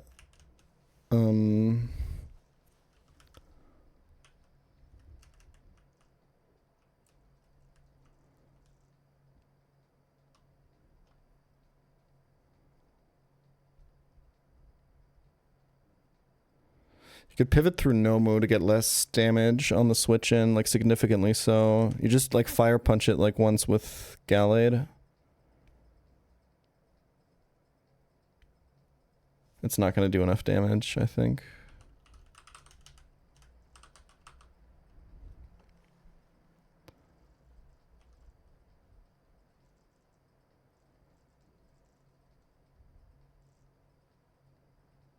But nobody in this box does enough damage.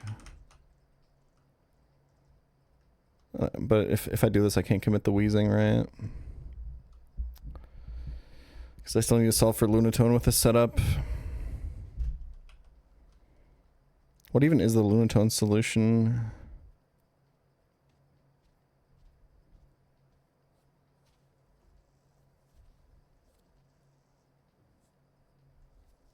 I don't see it.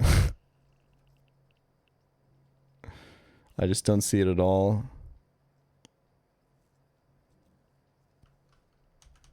Fine, Bob? Oh, wait a minute.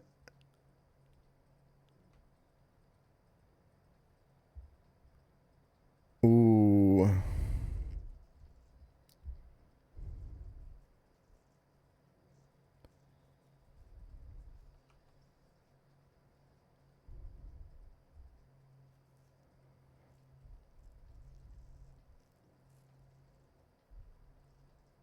I actually see it.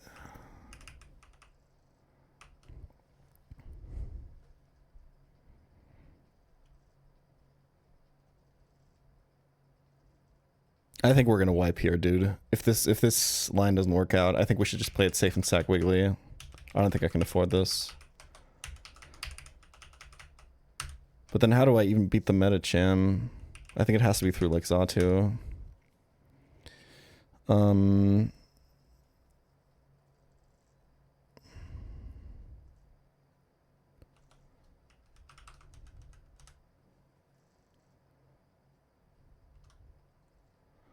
Just sack Wiggly to Metacham, right?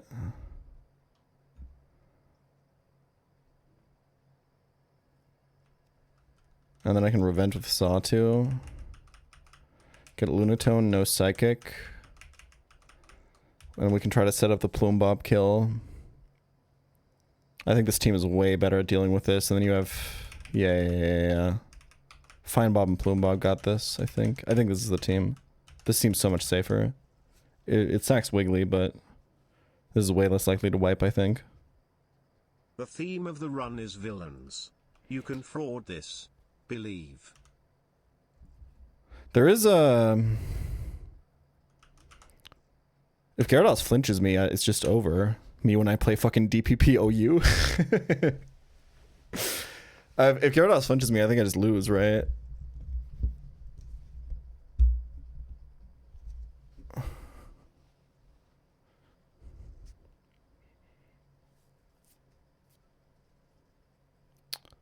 Oh, you know what?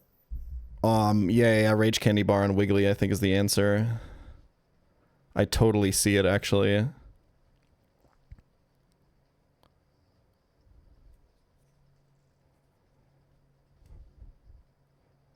Okay, I think this team wins.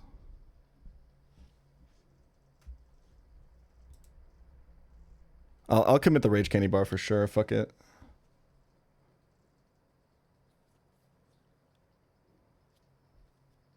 Yeah, with Rage Candy Bar, this actually goes crazy. Okay, I'll be right back.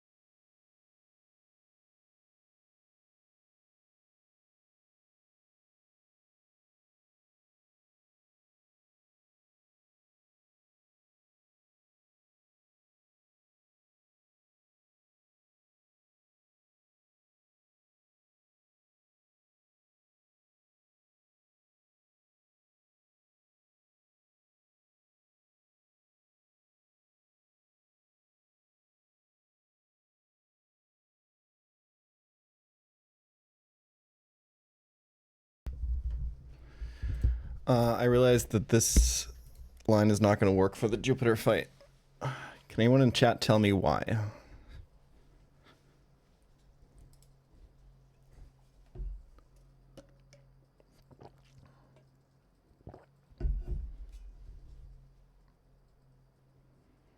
Yeah, we don't have a Cutmon.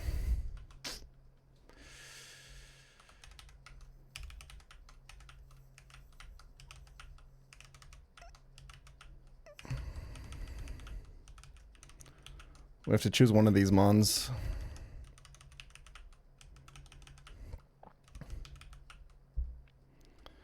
I mean, we can try using Ape for Tangaroth.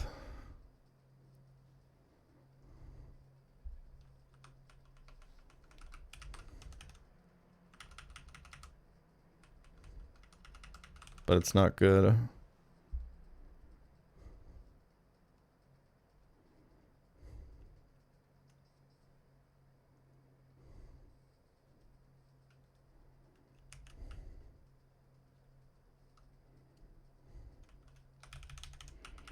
I think this is my best shot.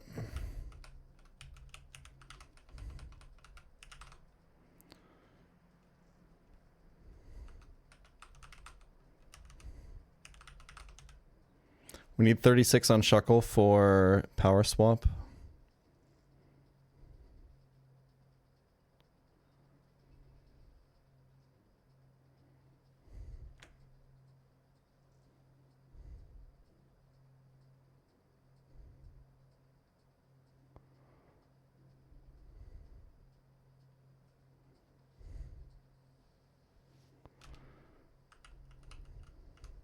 Power trick is 35.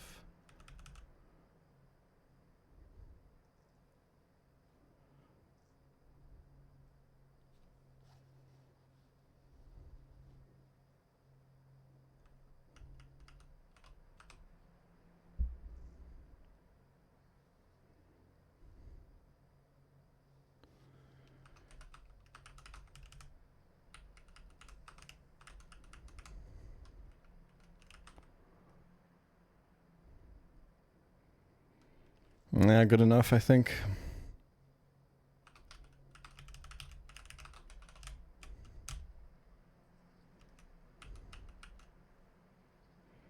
I didn't teach Toxic TM yet, no.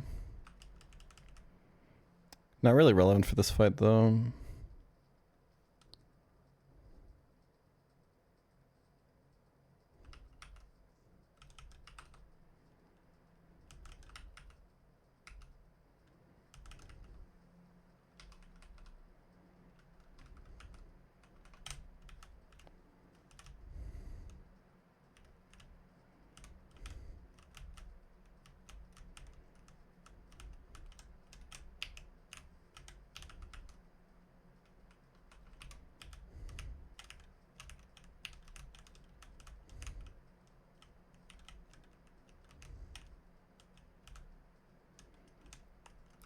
This team has a lot of firepower. Let's think about items. It's always charcoal on you. I think it's silver powder here. No. We need. I think we legit go Oranberry. No, we have to go Chesto actually. I think. Okay, well it's always Rage Candy Bar, which heals for 100. It's a citrus berry that heals for 100 on Wiggly. I think it's berry juice on Shuckle. It's Quick Claw on Nomu. So that leaves Xatu and Fine Bob. We could go Shell Bell on Fine Bob if we're worried about HP.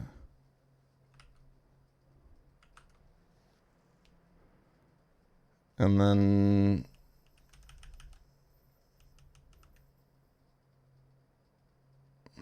I legit don't know.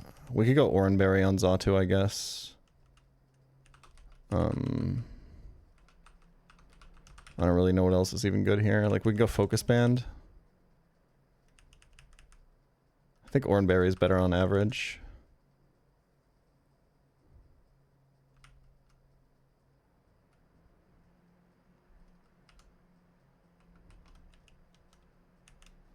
Alternative would be silver powder on Fine Bob and here, but I think the HP is going to matter a lot. You're slower if... I mean, if Lunatone Omni boosts, I think it's just over, right? You got this.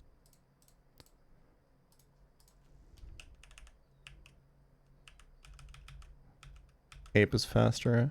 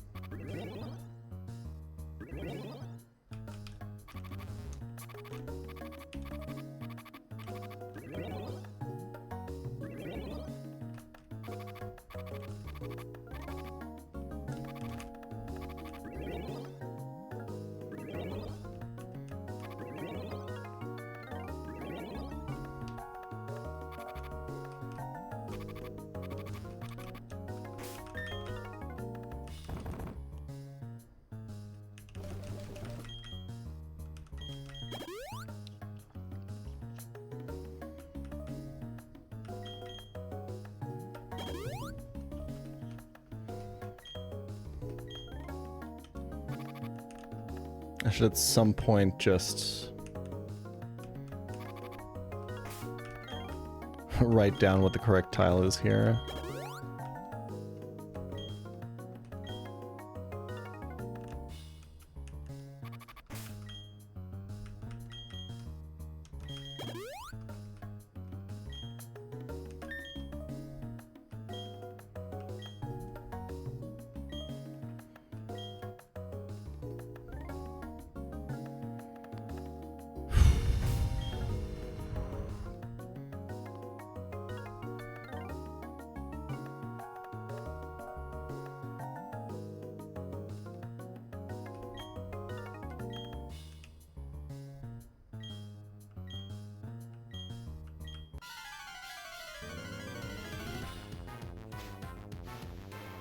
Let's do this. This fight is giga scary. Can I, for once in my life, get a quick claw proc on this guy? Oh my god, Nomu.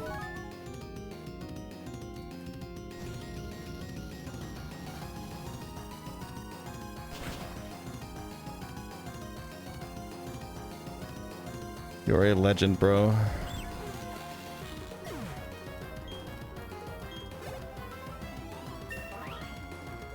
Very high XP on the guy, but what are you gonna do? Alright, Gyarados. We're gonna do something similar to what we did last time. We're gonna pivot Shuckle to bait this into Dragon Raging.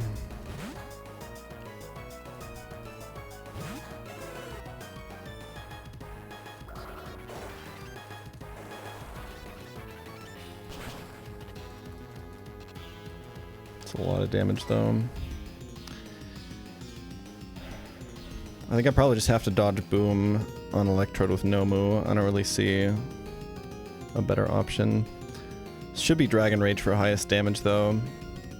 So we can go into Biggly Wiggly, whose evolution we delayed for this, so we can have Double Edge, which is 140 base power in this game. We have high base HP, so the Dragon Rage does like nothing. Alright, time to dodge a crit. And a flinch, I think.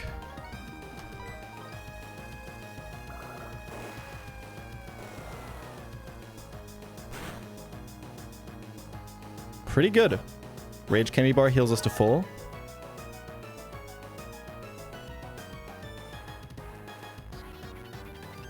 Oh, fuck. Okay. That means we probably can't chain the... We probably can't risk chaining the Medicham. Maybe?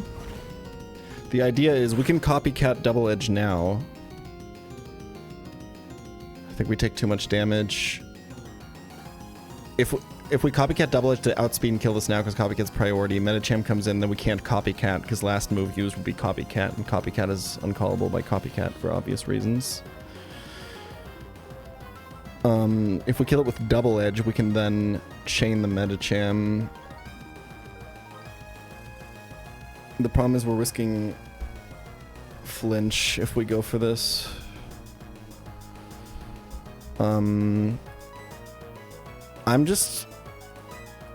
I just hope that after this double edge recoil, I'm not dead to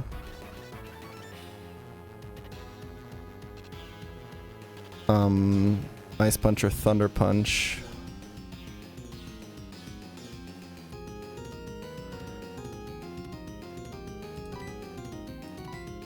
Nah, I can't double edge here. I have to copycat to kill this.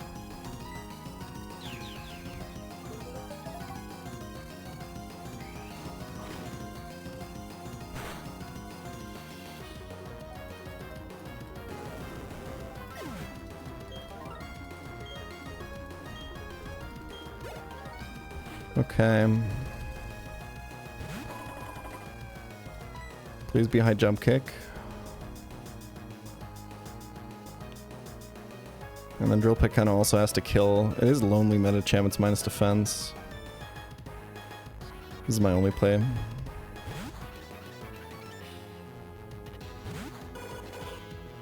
Nice.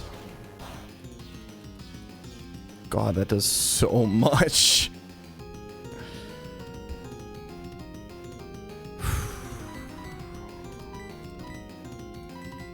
We delayed for drill peck.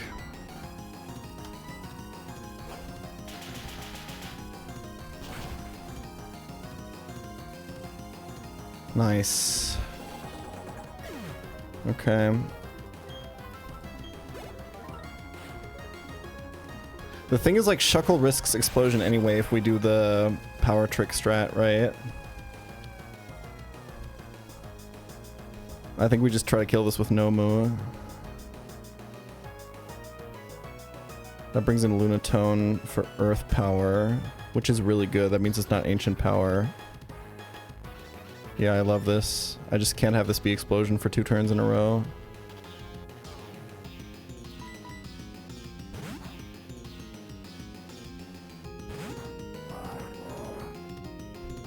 It does mean that XP is completely fucked on this thing, but... I mean, last time I was here, this was already dead, so... Oh my god, Nomu. Nomu is really good on the cycling road, so... The XP situation is unfortunate.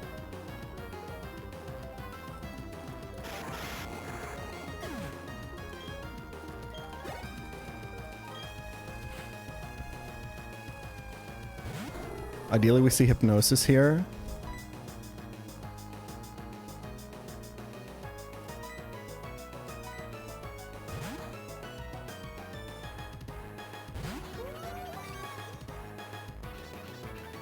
Unlucky.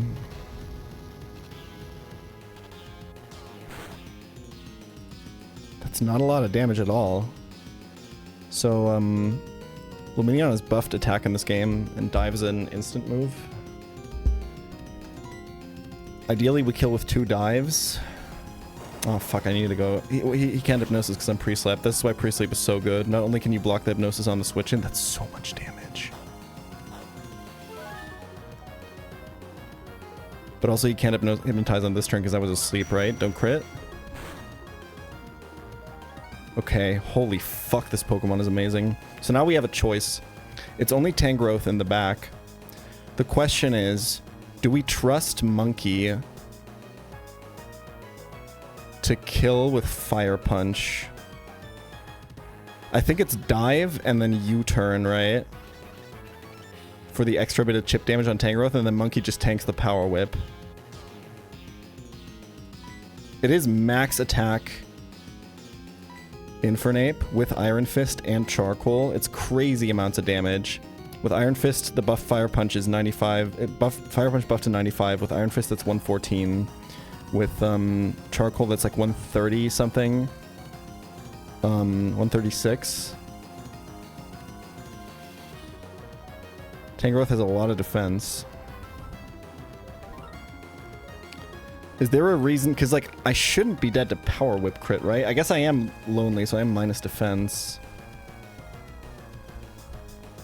And the question is also, does Tangrowth see kill with Earthquake? Tangrowth has a lot of attack. Because I can kill this with U-turn and have just Monkey just be out.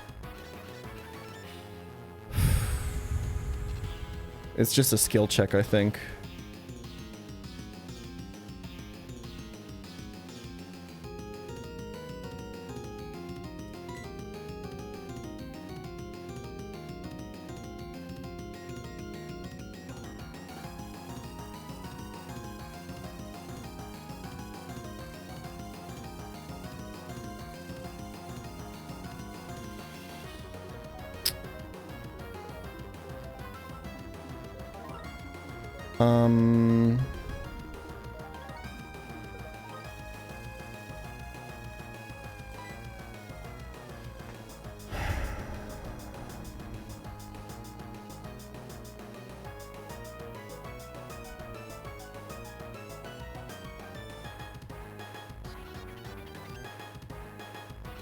Do I think this kills? I don't think so. I think Tangrowth is too bulky.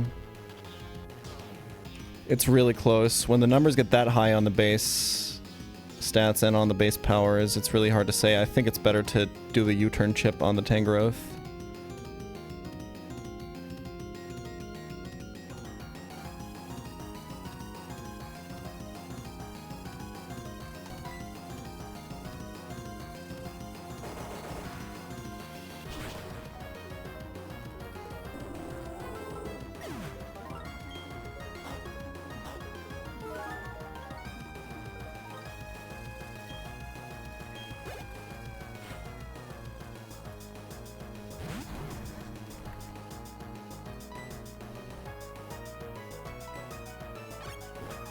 Let's see the damage.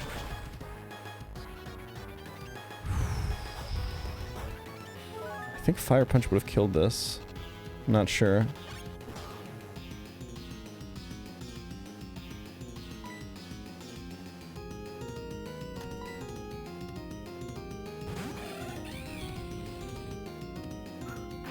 Tank it. Sick. Says a Toxic Orb, it's Magic Guard. I think we're out. Monkey time.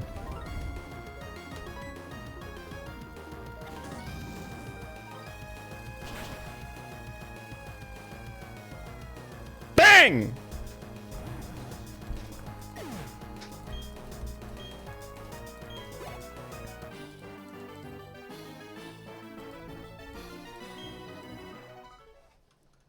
Deathless Galactic Hideout, y'all.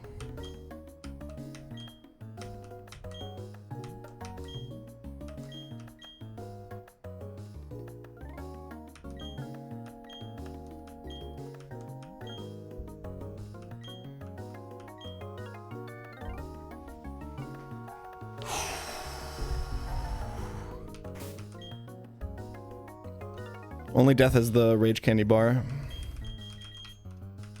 What the fuck am I gonna do with my Toxic TM, man?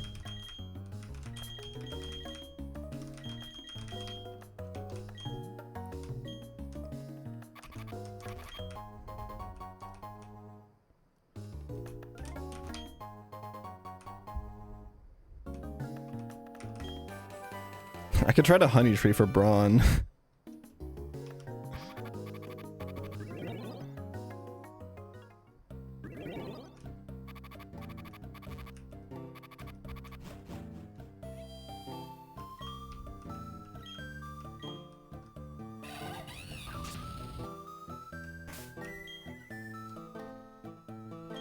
I would ask for the calc on Infernape there, but the problem is I'm going to spend the entire rest of the run trying to reverse engineer every other range based off of that, so I think I'd rather not. You enjoying using pre-sleep? I'm not going to lie, it's actually so ridiculously powerful.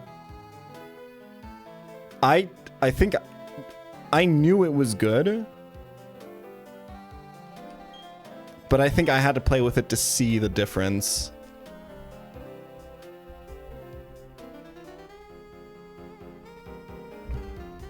Didn't someone spoil that it was a roll earlier? Yeah, but people can't fucking calc. Like, even when I asked someone to, like, check a calc after I decided not to do a line on another attempt, like, I think 75% of people who posted a calc about it, like, did it wrong, so. Pre-sleep is so goddamn good. And I'm not gonna lie, I think I'm having more fun playing with it. It eliminates a lot of really, really, really stupid shit, like random hypnosis and stuff like that. Like, it also makes Shuckle way more powerful.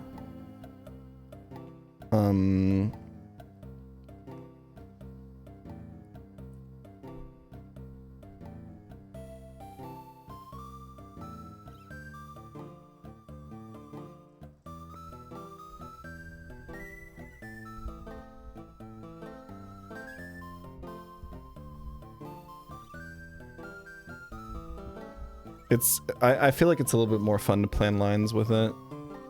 And a little bit more, like, consistent and stuff.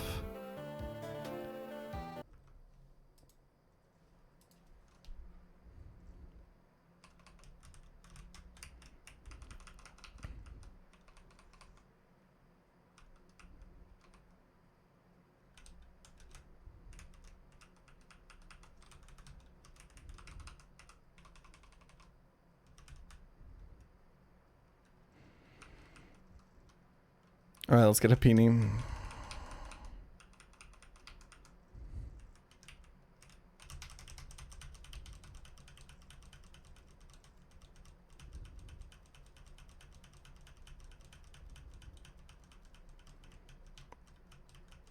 I have a very visually pleasing stream right now.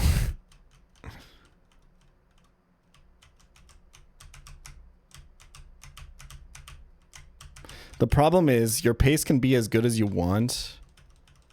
Cycling Road is so scary. It's so easy to wipe with 3 Pokemon in your party. It doesn't really matter how good your pace is. Like, obviously it's good to have a good box, healthy box of Mons, because it gives you more options for those 3 Mons. But it's so much harder to snowball a lead on fights where you can only bring 3 Pokemon.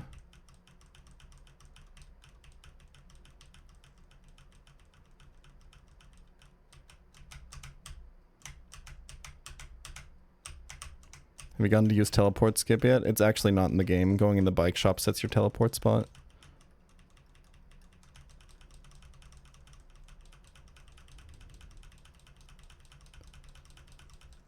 I do have Shuckle and Ceasus again, which I think kind of solves the Endure fight. I think the scary one is the Belly Drum Poliwhirl, and then the final fight is just so crazy. What was this last time? CVS?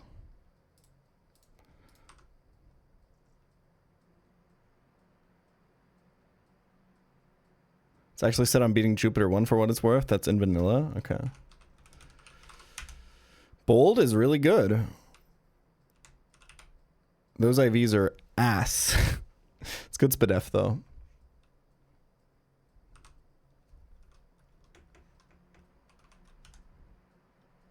Oh, we're on a different nickname theme. CVS is a villain. Wait, we have a name rater right here. Let's actually fucking change it. Let me check the Patreon. Hapini, Eggman, Dr. Evil, GLaDOS, Hal 9000, Jezebel, or Mini-Me. I think Eggman is kind of Anubis posting. Let's go Mini-Me.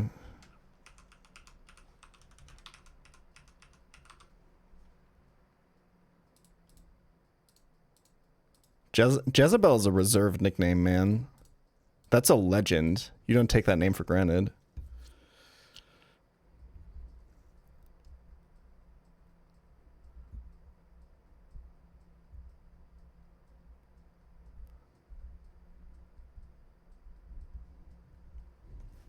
What is Anubis posting? Suggesting like really obvious nicknames that like every 13-year-old would give to their Pokemon, like Anubis for Lucario.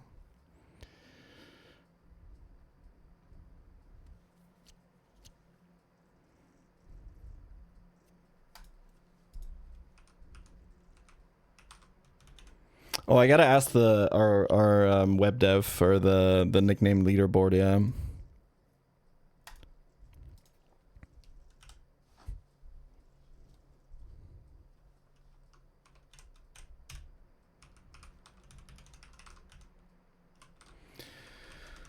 Okay. This first fight is just kind of annoying. Although my only ground type is Nomu. Oh no, we have Sand Slash. Dude, I think the most worrying thing about this run is Nomu XP. And honestly, I still feel like this box, I mean, it's got some power, right? It's got like, it's got some offense. And then it's got some defense. I would include Wigglytuff in offense. And probably Fine Bob. And it's got like some really good defensive options. But I think everything that's not in the first or last row here is just kinda ass. And I'm including Gallade and Breloom in that.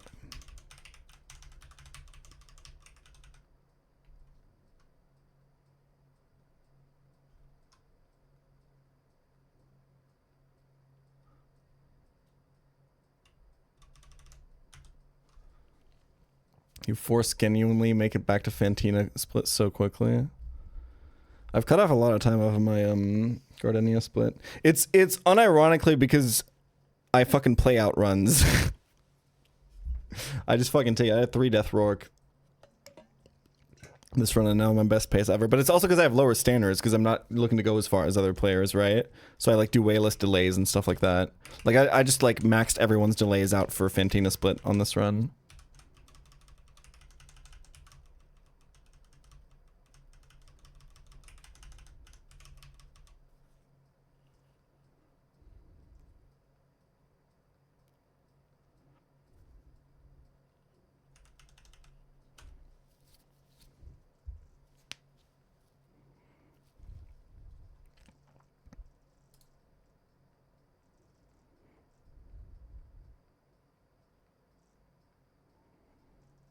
You think you can beat Fantina blind? I have no fucking idea, man.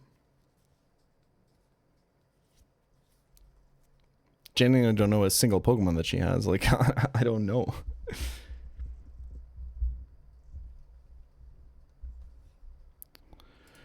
Okay.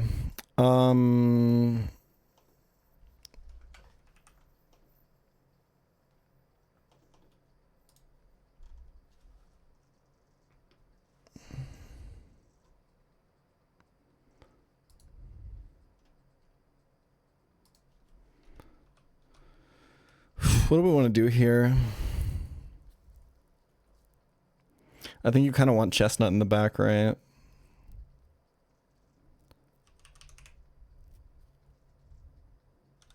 If you don't want to use Nomu, what do you do here? You kind of have to just rely on them protecting a bunch, I think.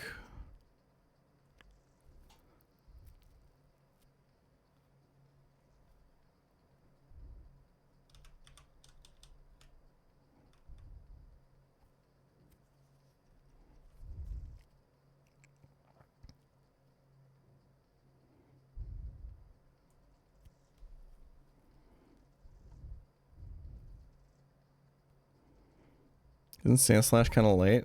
Are Plusle and Meenum buffed in this? No, it's just 85 special attack, which is like still quite a lot. Sandslash. I swear, looking up Grass Knot base power is the most annoying fucking thing about playing Calculus. There's a couple other things that are really fucking cringe, but... Oh fuck, what was the thing that was really annoying in Run and Bun during calcing? I think it was like the Porygon download stuff, right?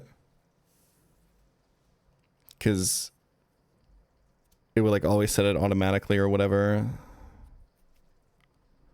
There's like a couple of quirks in the Run and Bun calc that are really, really, really annoying. Gyro Ball is even worse to calc actually than Grass Knot. Yeah, Grass Knot just look up 2 values. Sandslash is, and I'm not pocket watching here, 29.5 kilograms.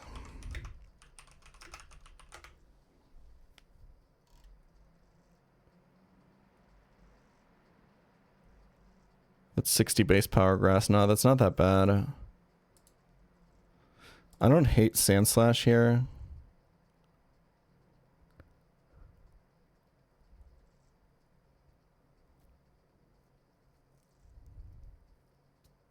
I think you want to kill the plusle first, though, right?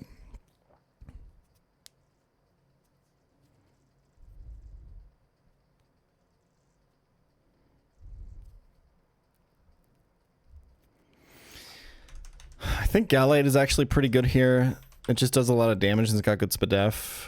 Like, I could imagine just leading, like, Gallade, Lopunny. They don't have any weaknesses to anything. Discharge gets, like...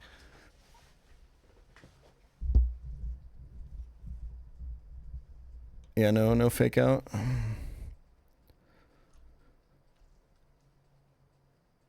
Like, both of these Pokemon have good spadef. Good damage. I think Lopunny is faster than both of these. Crunch is 95 base power. Oh, Ninetales is a pretty good shout here too, actually. And then just have like Chestnut in the back for, I guess the problem is the Staravia. You kind of don't want to leave either in on the Staravia. Like, you kind of don't want to leave anything in on the Staravia, though. We could probably do, like, Chestnut Ninetales, right?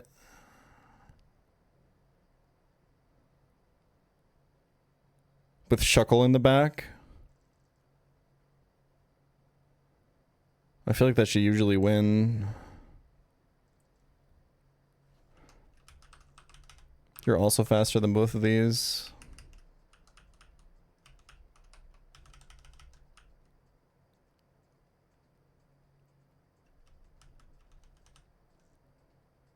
I think Lopunny isn't like terrible. Chestnut XP is actually really good. I don't think I mind Chestnut here.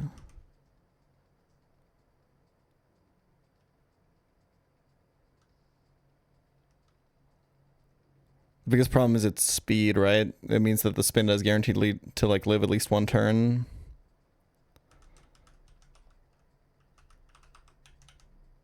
I think I'll do Lopunny.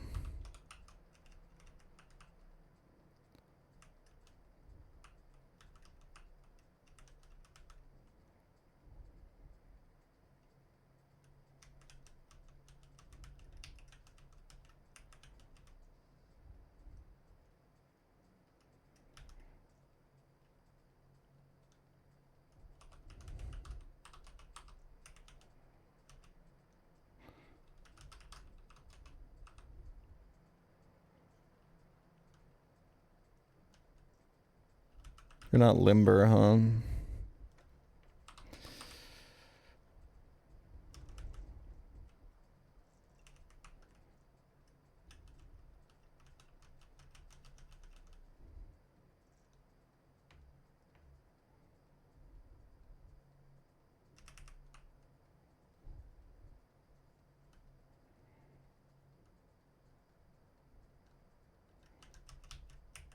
I think I'm okay with this. Do I want to go Cherry Berry on Lopunny? I think so. I have 6, yeah, for sure.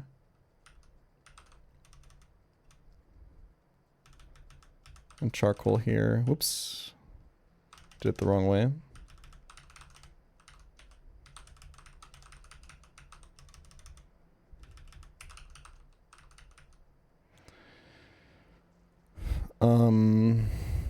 And then Chestnut just gets Quick Claw, I think. Oh, I also saved Berry Juice, by the way. W.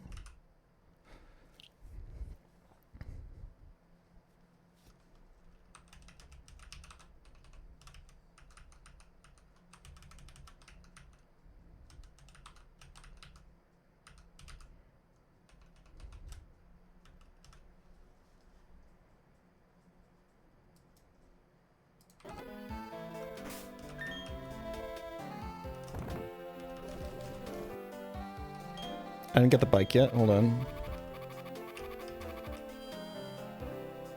I believe world record is KTZ's current alive run. on Byron split.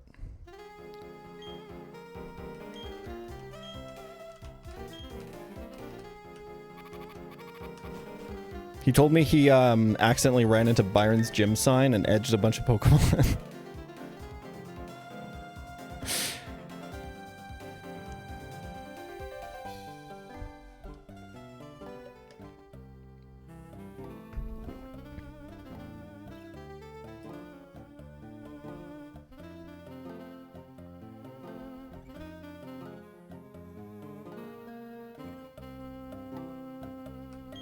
Is there a clip, and does the clip have any spoilers? I kind of want to see him do it.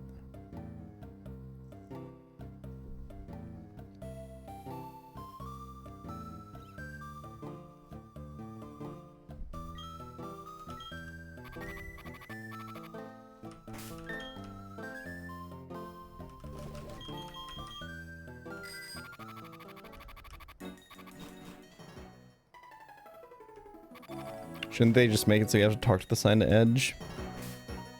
Well, yeah, but it's a Kaizo game. I'm pretty sure it's like intentionally made that way. I think that's what they were going for. It's all about fucking over players, man.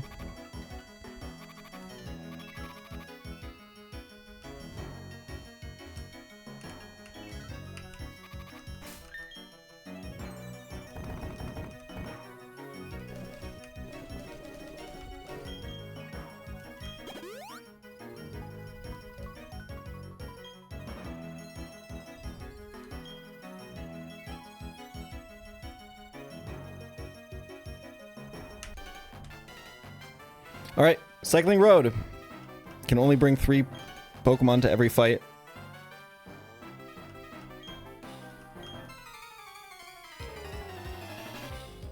Because of new laws.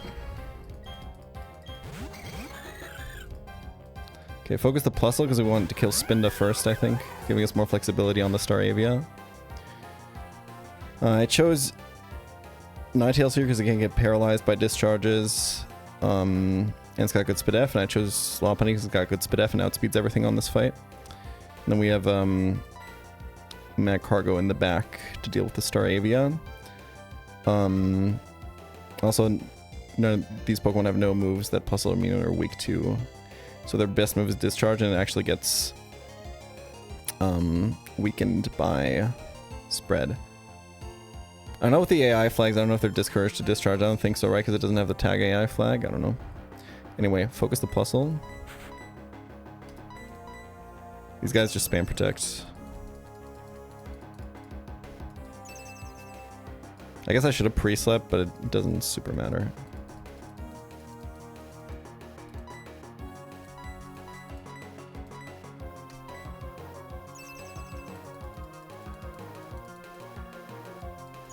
They just spam this the entire time.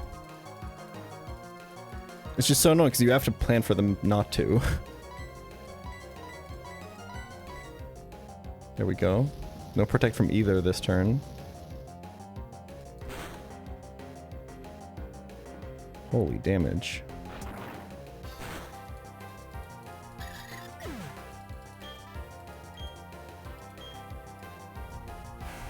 Completely fine. I guess that's actually more damage than Spread Damage Discharge.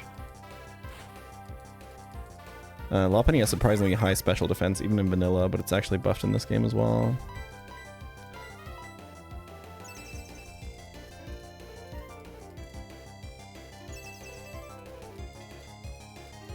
The question is, who's gonna stay in on the Sharp Beak Reckless Staravia, right? I could double target it. I feel like it would just die.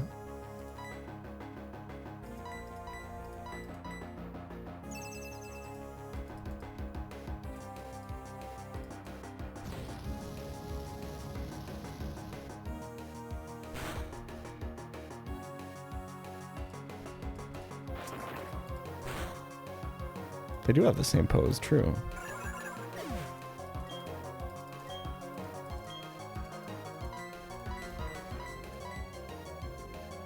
I think we just stay in. It should be dead.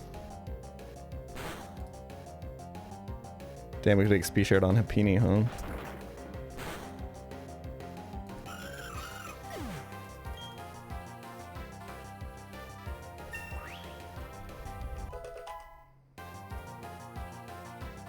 Yeah, the Star AV is super dead.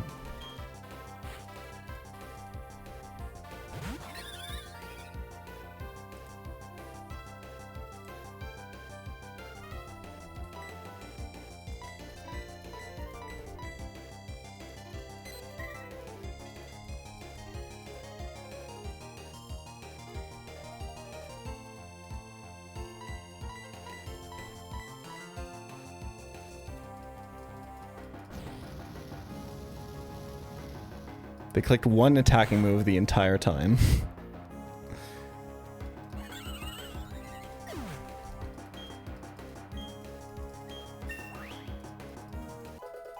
XP is looking fine. Now hold up.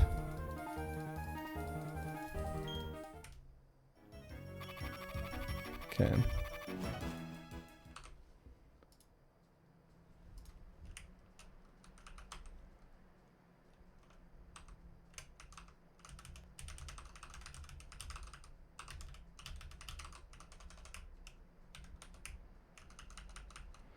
Okay, wait, we have a key KTZ alert.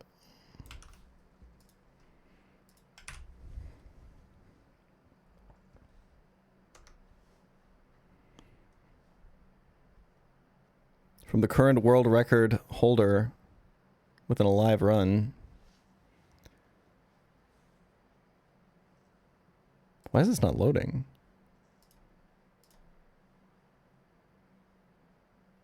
Are we okay?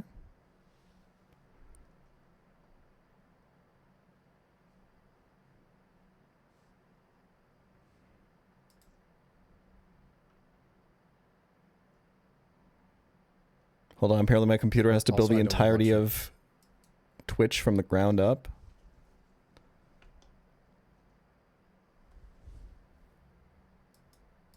But also, I don't need Luxray for... Oh, I do need Luxray for Byron.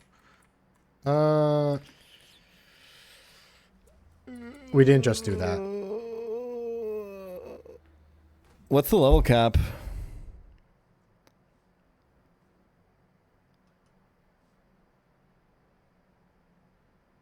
$65.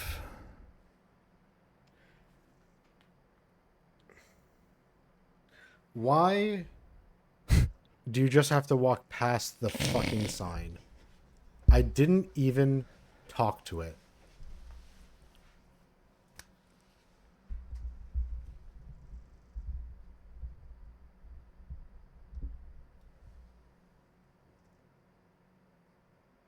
If he wipes to that, it's crazy. That is maybe the maddest I've ever seen KTZ.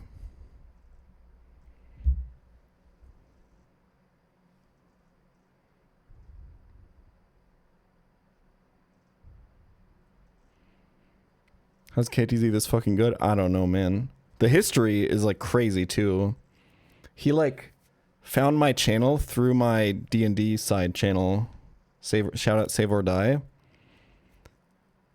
And that's how he got into Nuzlocking. First Nuzlocke was Crystal Kaizo Plus. Then he did Run and Bun. He's beaten Run and Bun like 10 times or something. And now he's world record holder in PK.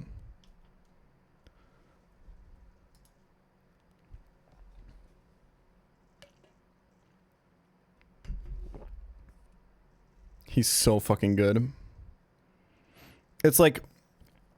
I really highly encourage you to go watch a stream of his sometimes, just because it's so fascinating to see this guy breeze through calcs. It's crazy how quickly he finds a solution to like he immediately identifies like what the line through the fight has to be and finds the pieces so quickly. It's insane.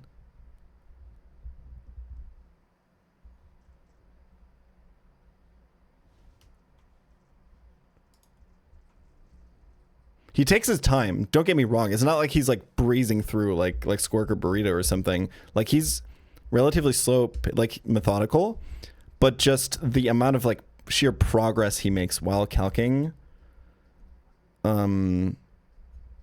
is really, really, really impressive.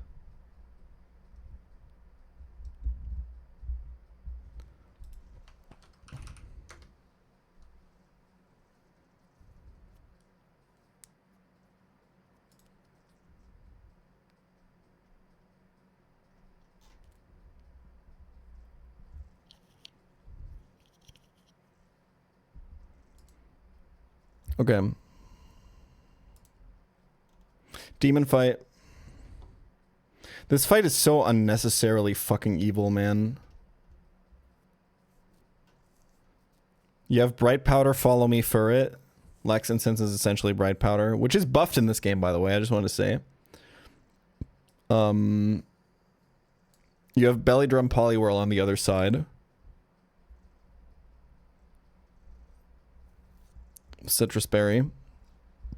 And then there's also Swords Dance Combustion with Focus Band.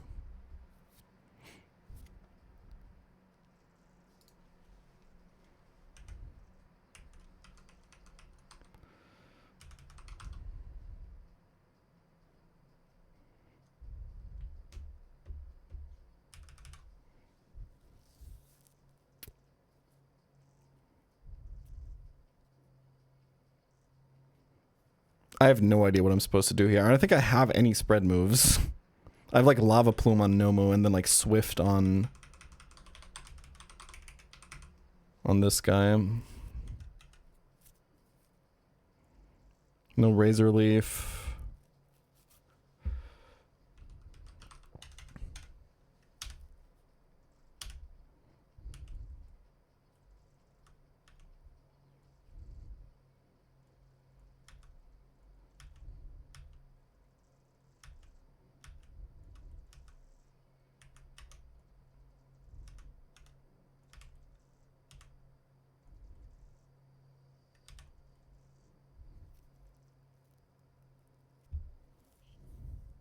And then like baiting kills from this sounds so evil because you only have 3 Pokemon, so then you just have like a weakened Pokemon in the back.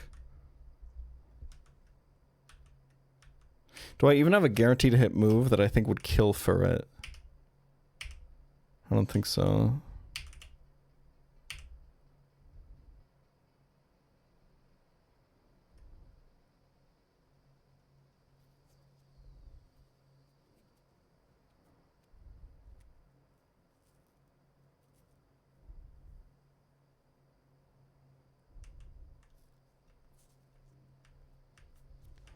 What are my TMs?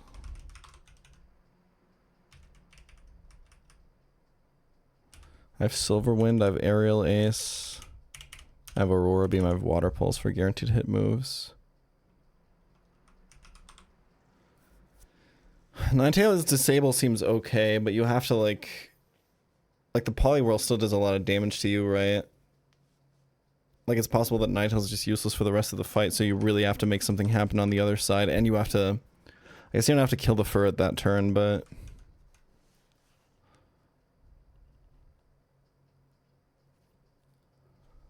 Is Belly Drum 1 PP? Probably, right? Yeah. So Shuckle Encore is really bad.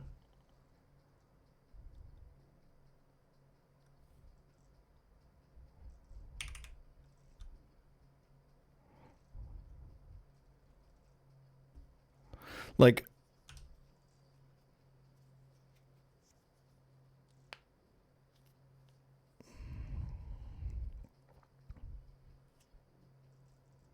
And then, if you get through the Lax Incense, you can still get fucked by Focus Band Combustion.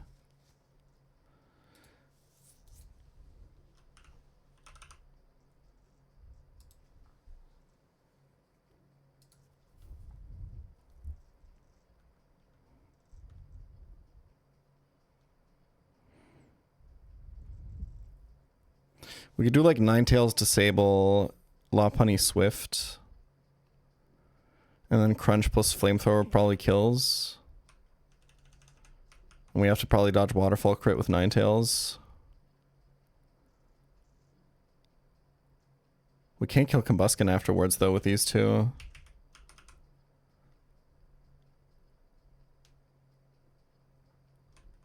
This seems really bad.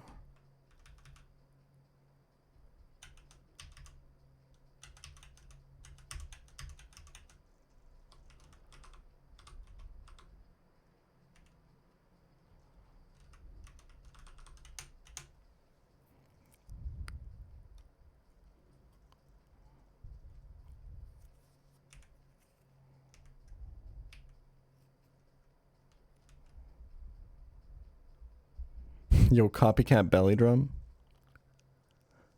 That wouldn't even work, right? I guess if you disable it would.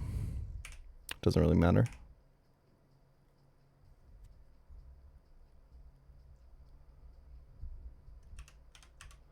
It's also slower than Polywhirl.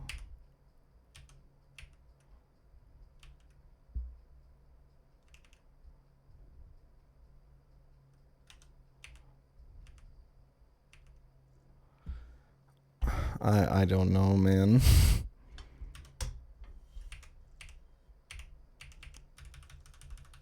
I'm kind of at a loss here.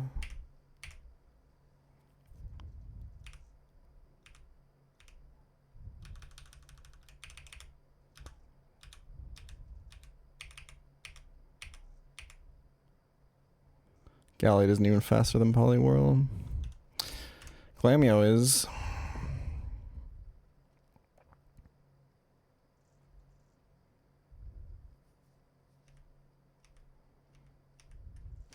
I don't think I super hate the...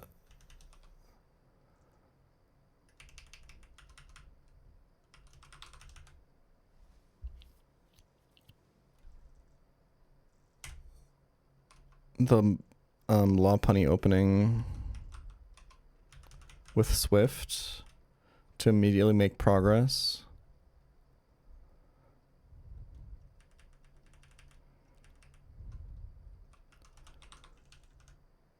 I just don't think you can kill, right?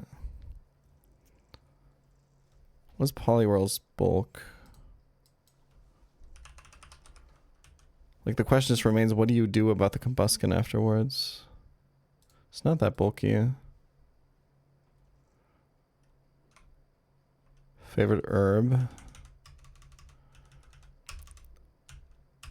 I fuck with cilantro heavy. I don't have the soap gene, so...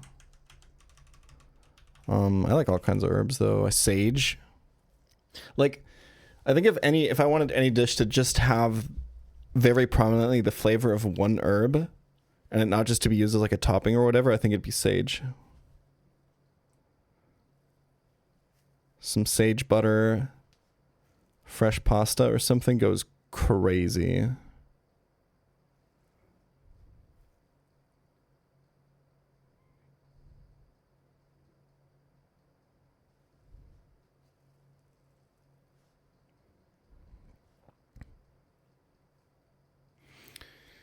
I still want to do an herb garden this year.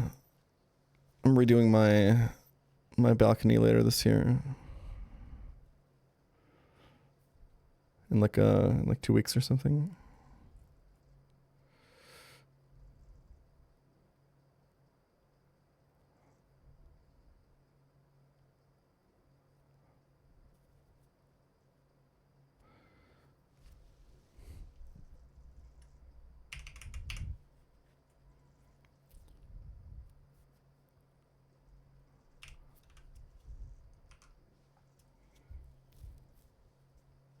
I don't know, this seems really sus. If I had like one other Pokemon that had a decent spread move.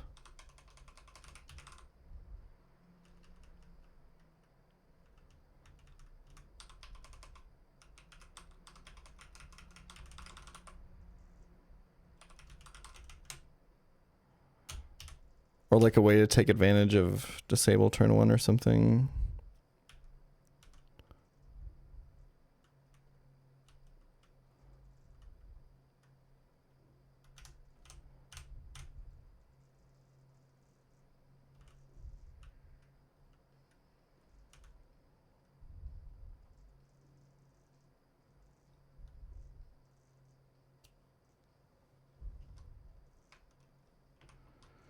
I guess if you beta kill off of Poliwhirl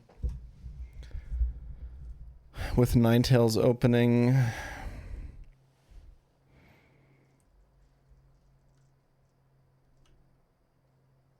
because I think Ninetales is raw dead, right?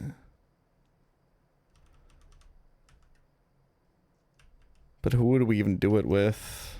Like Chestnut or something? I have to be like really good at head calcing that. I think I actually saw that waterfall damage, right? On a previous attempt, it was like 60% or something.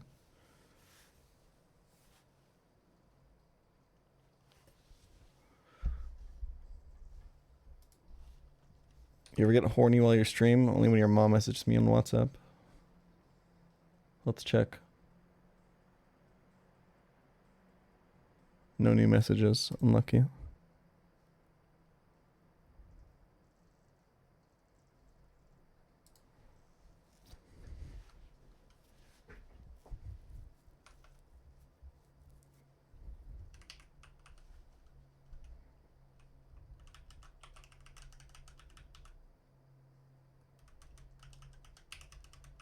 Guys are getting pretty trigger happy with the permas. I think the logic is like we have a pretty lenient appeals process, but they gotta make an easier like 1-day ban button. Because if the choice on the buttons is like 1 minute or perma. There is? Well, there you go. You hear that, Brunetto?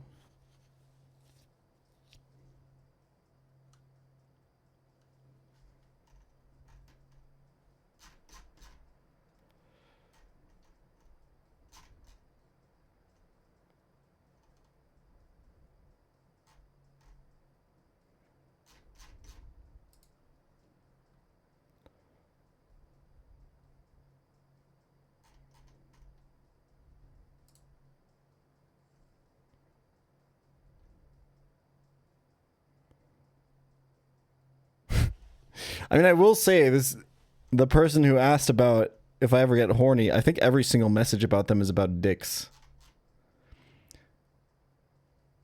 PP, dicks out.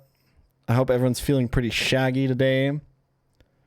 Hope everyone's feeling pretty gay today. Missionary, hype, hype, hype. Mr. pChal so locked right now. Wait, we're all not wearing, okay, we're all not wearing pants. Everyone's dicks are out. Dicks and clits out. Dicks out. Dicks out.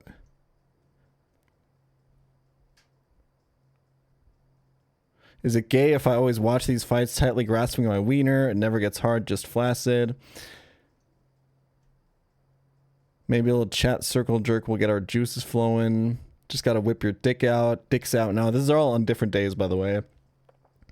Chat, hope we're all feeling pretty gay today. Dicks out. Whip it out. Let's get it. Dicks out. Whip it out, Mr. pChal. Dicks out. Let's fucking go. Dicks out. Every single day! Yeah, never mind. Keep that ass banned.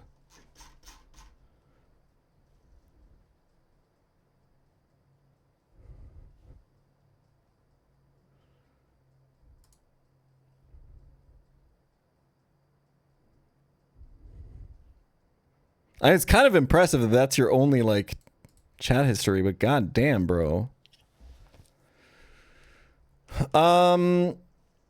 This is the Drayano Gauntlet, but also the Sand Slash happens to outspeed this Combuskin. And I think if we level it, it also outspeeds Luxio. This is a pretty strong contender here, actually, for the backline. Once Poliwhirl is dead. So it'd be like Swift, Disable, focus down the Poliwhirl, and then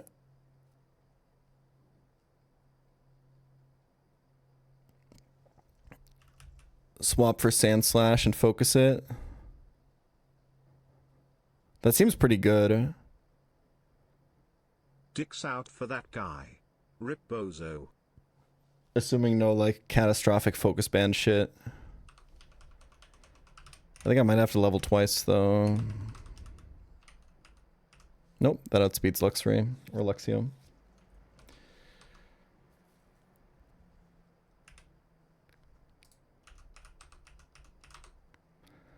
Shadow Claw is a multi-hit move. Do we teach this over Metal Claw?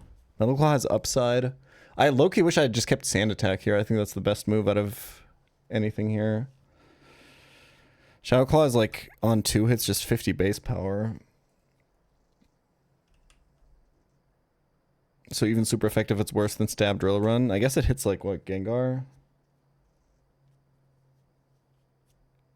I actually don't think this is bad. I think it's better than Metal Claw.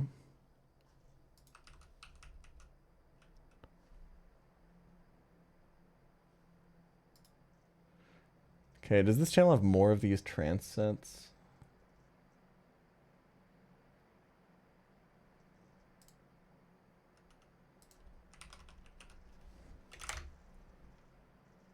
Yes.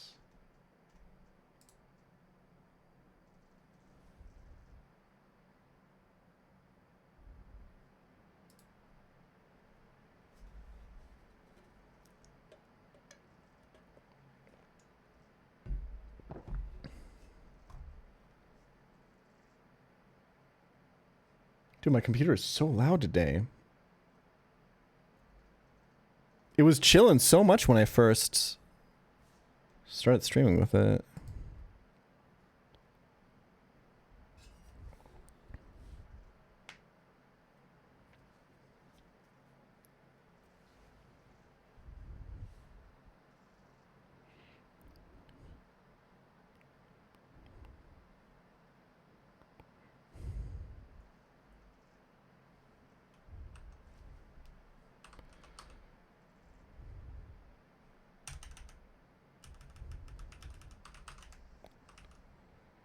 I think we go Oranberry on Ninetales.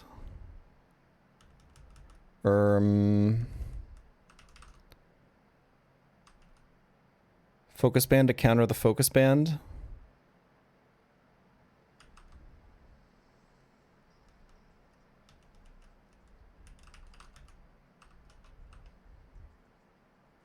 Go Rostberry here in case we switch into Blaze Kick.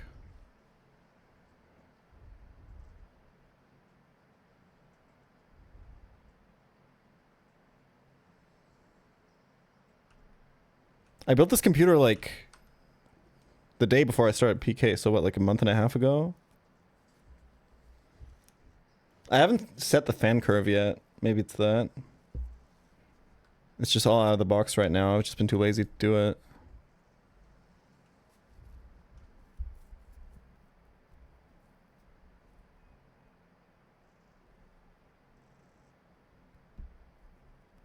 How much to ship your old PC to me? You don't want to know.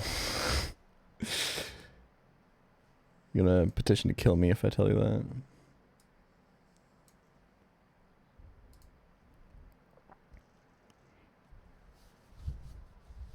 The thing is, like, I'm always down to give away shit to friends that I don't need, but I'm not gonna lie, I kind of really like the idea that I have a fully functional backup PC right now.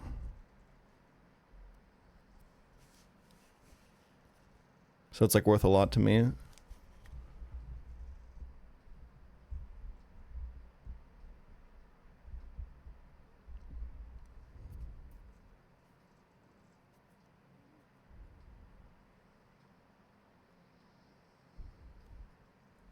Yeah, okay, this fucking slaps. Holy shit.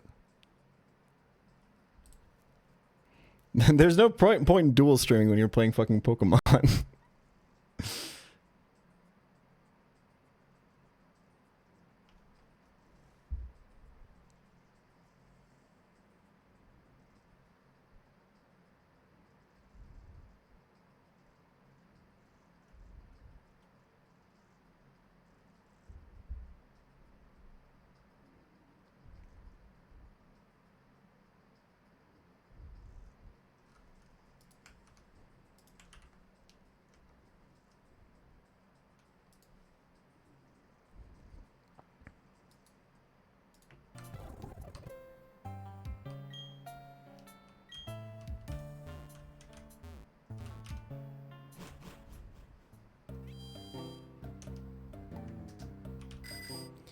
Okay.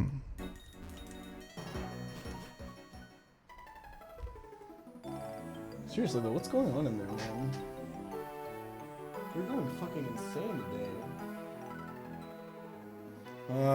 It's another thing for the to-do list, bro. Fuck me. I don't want to deal with this right now.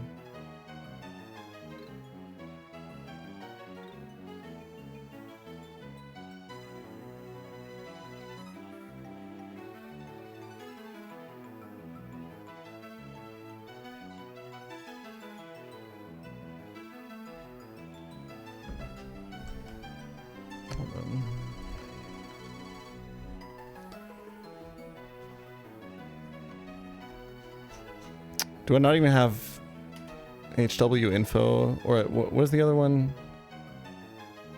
You know which one I'm talking about. I don't even think I have that one installed.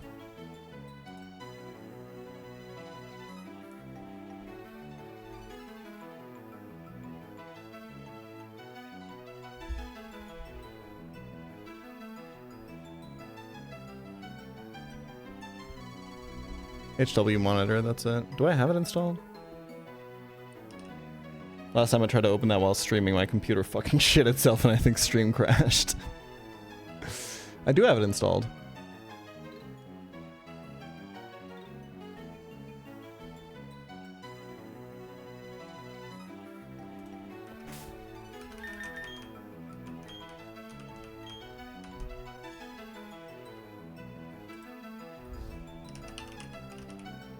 Do I not have it installed? I don't think I do. Wait, what is this? Okay, I don't give a fuck right now. I'm not gonna lie. Anyway.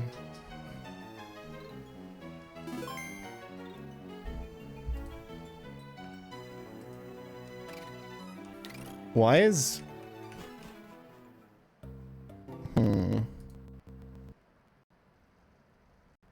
Yeah, that's not good. Good thing I saved. Thank you, chat.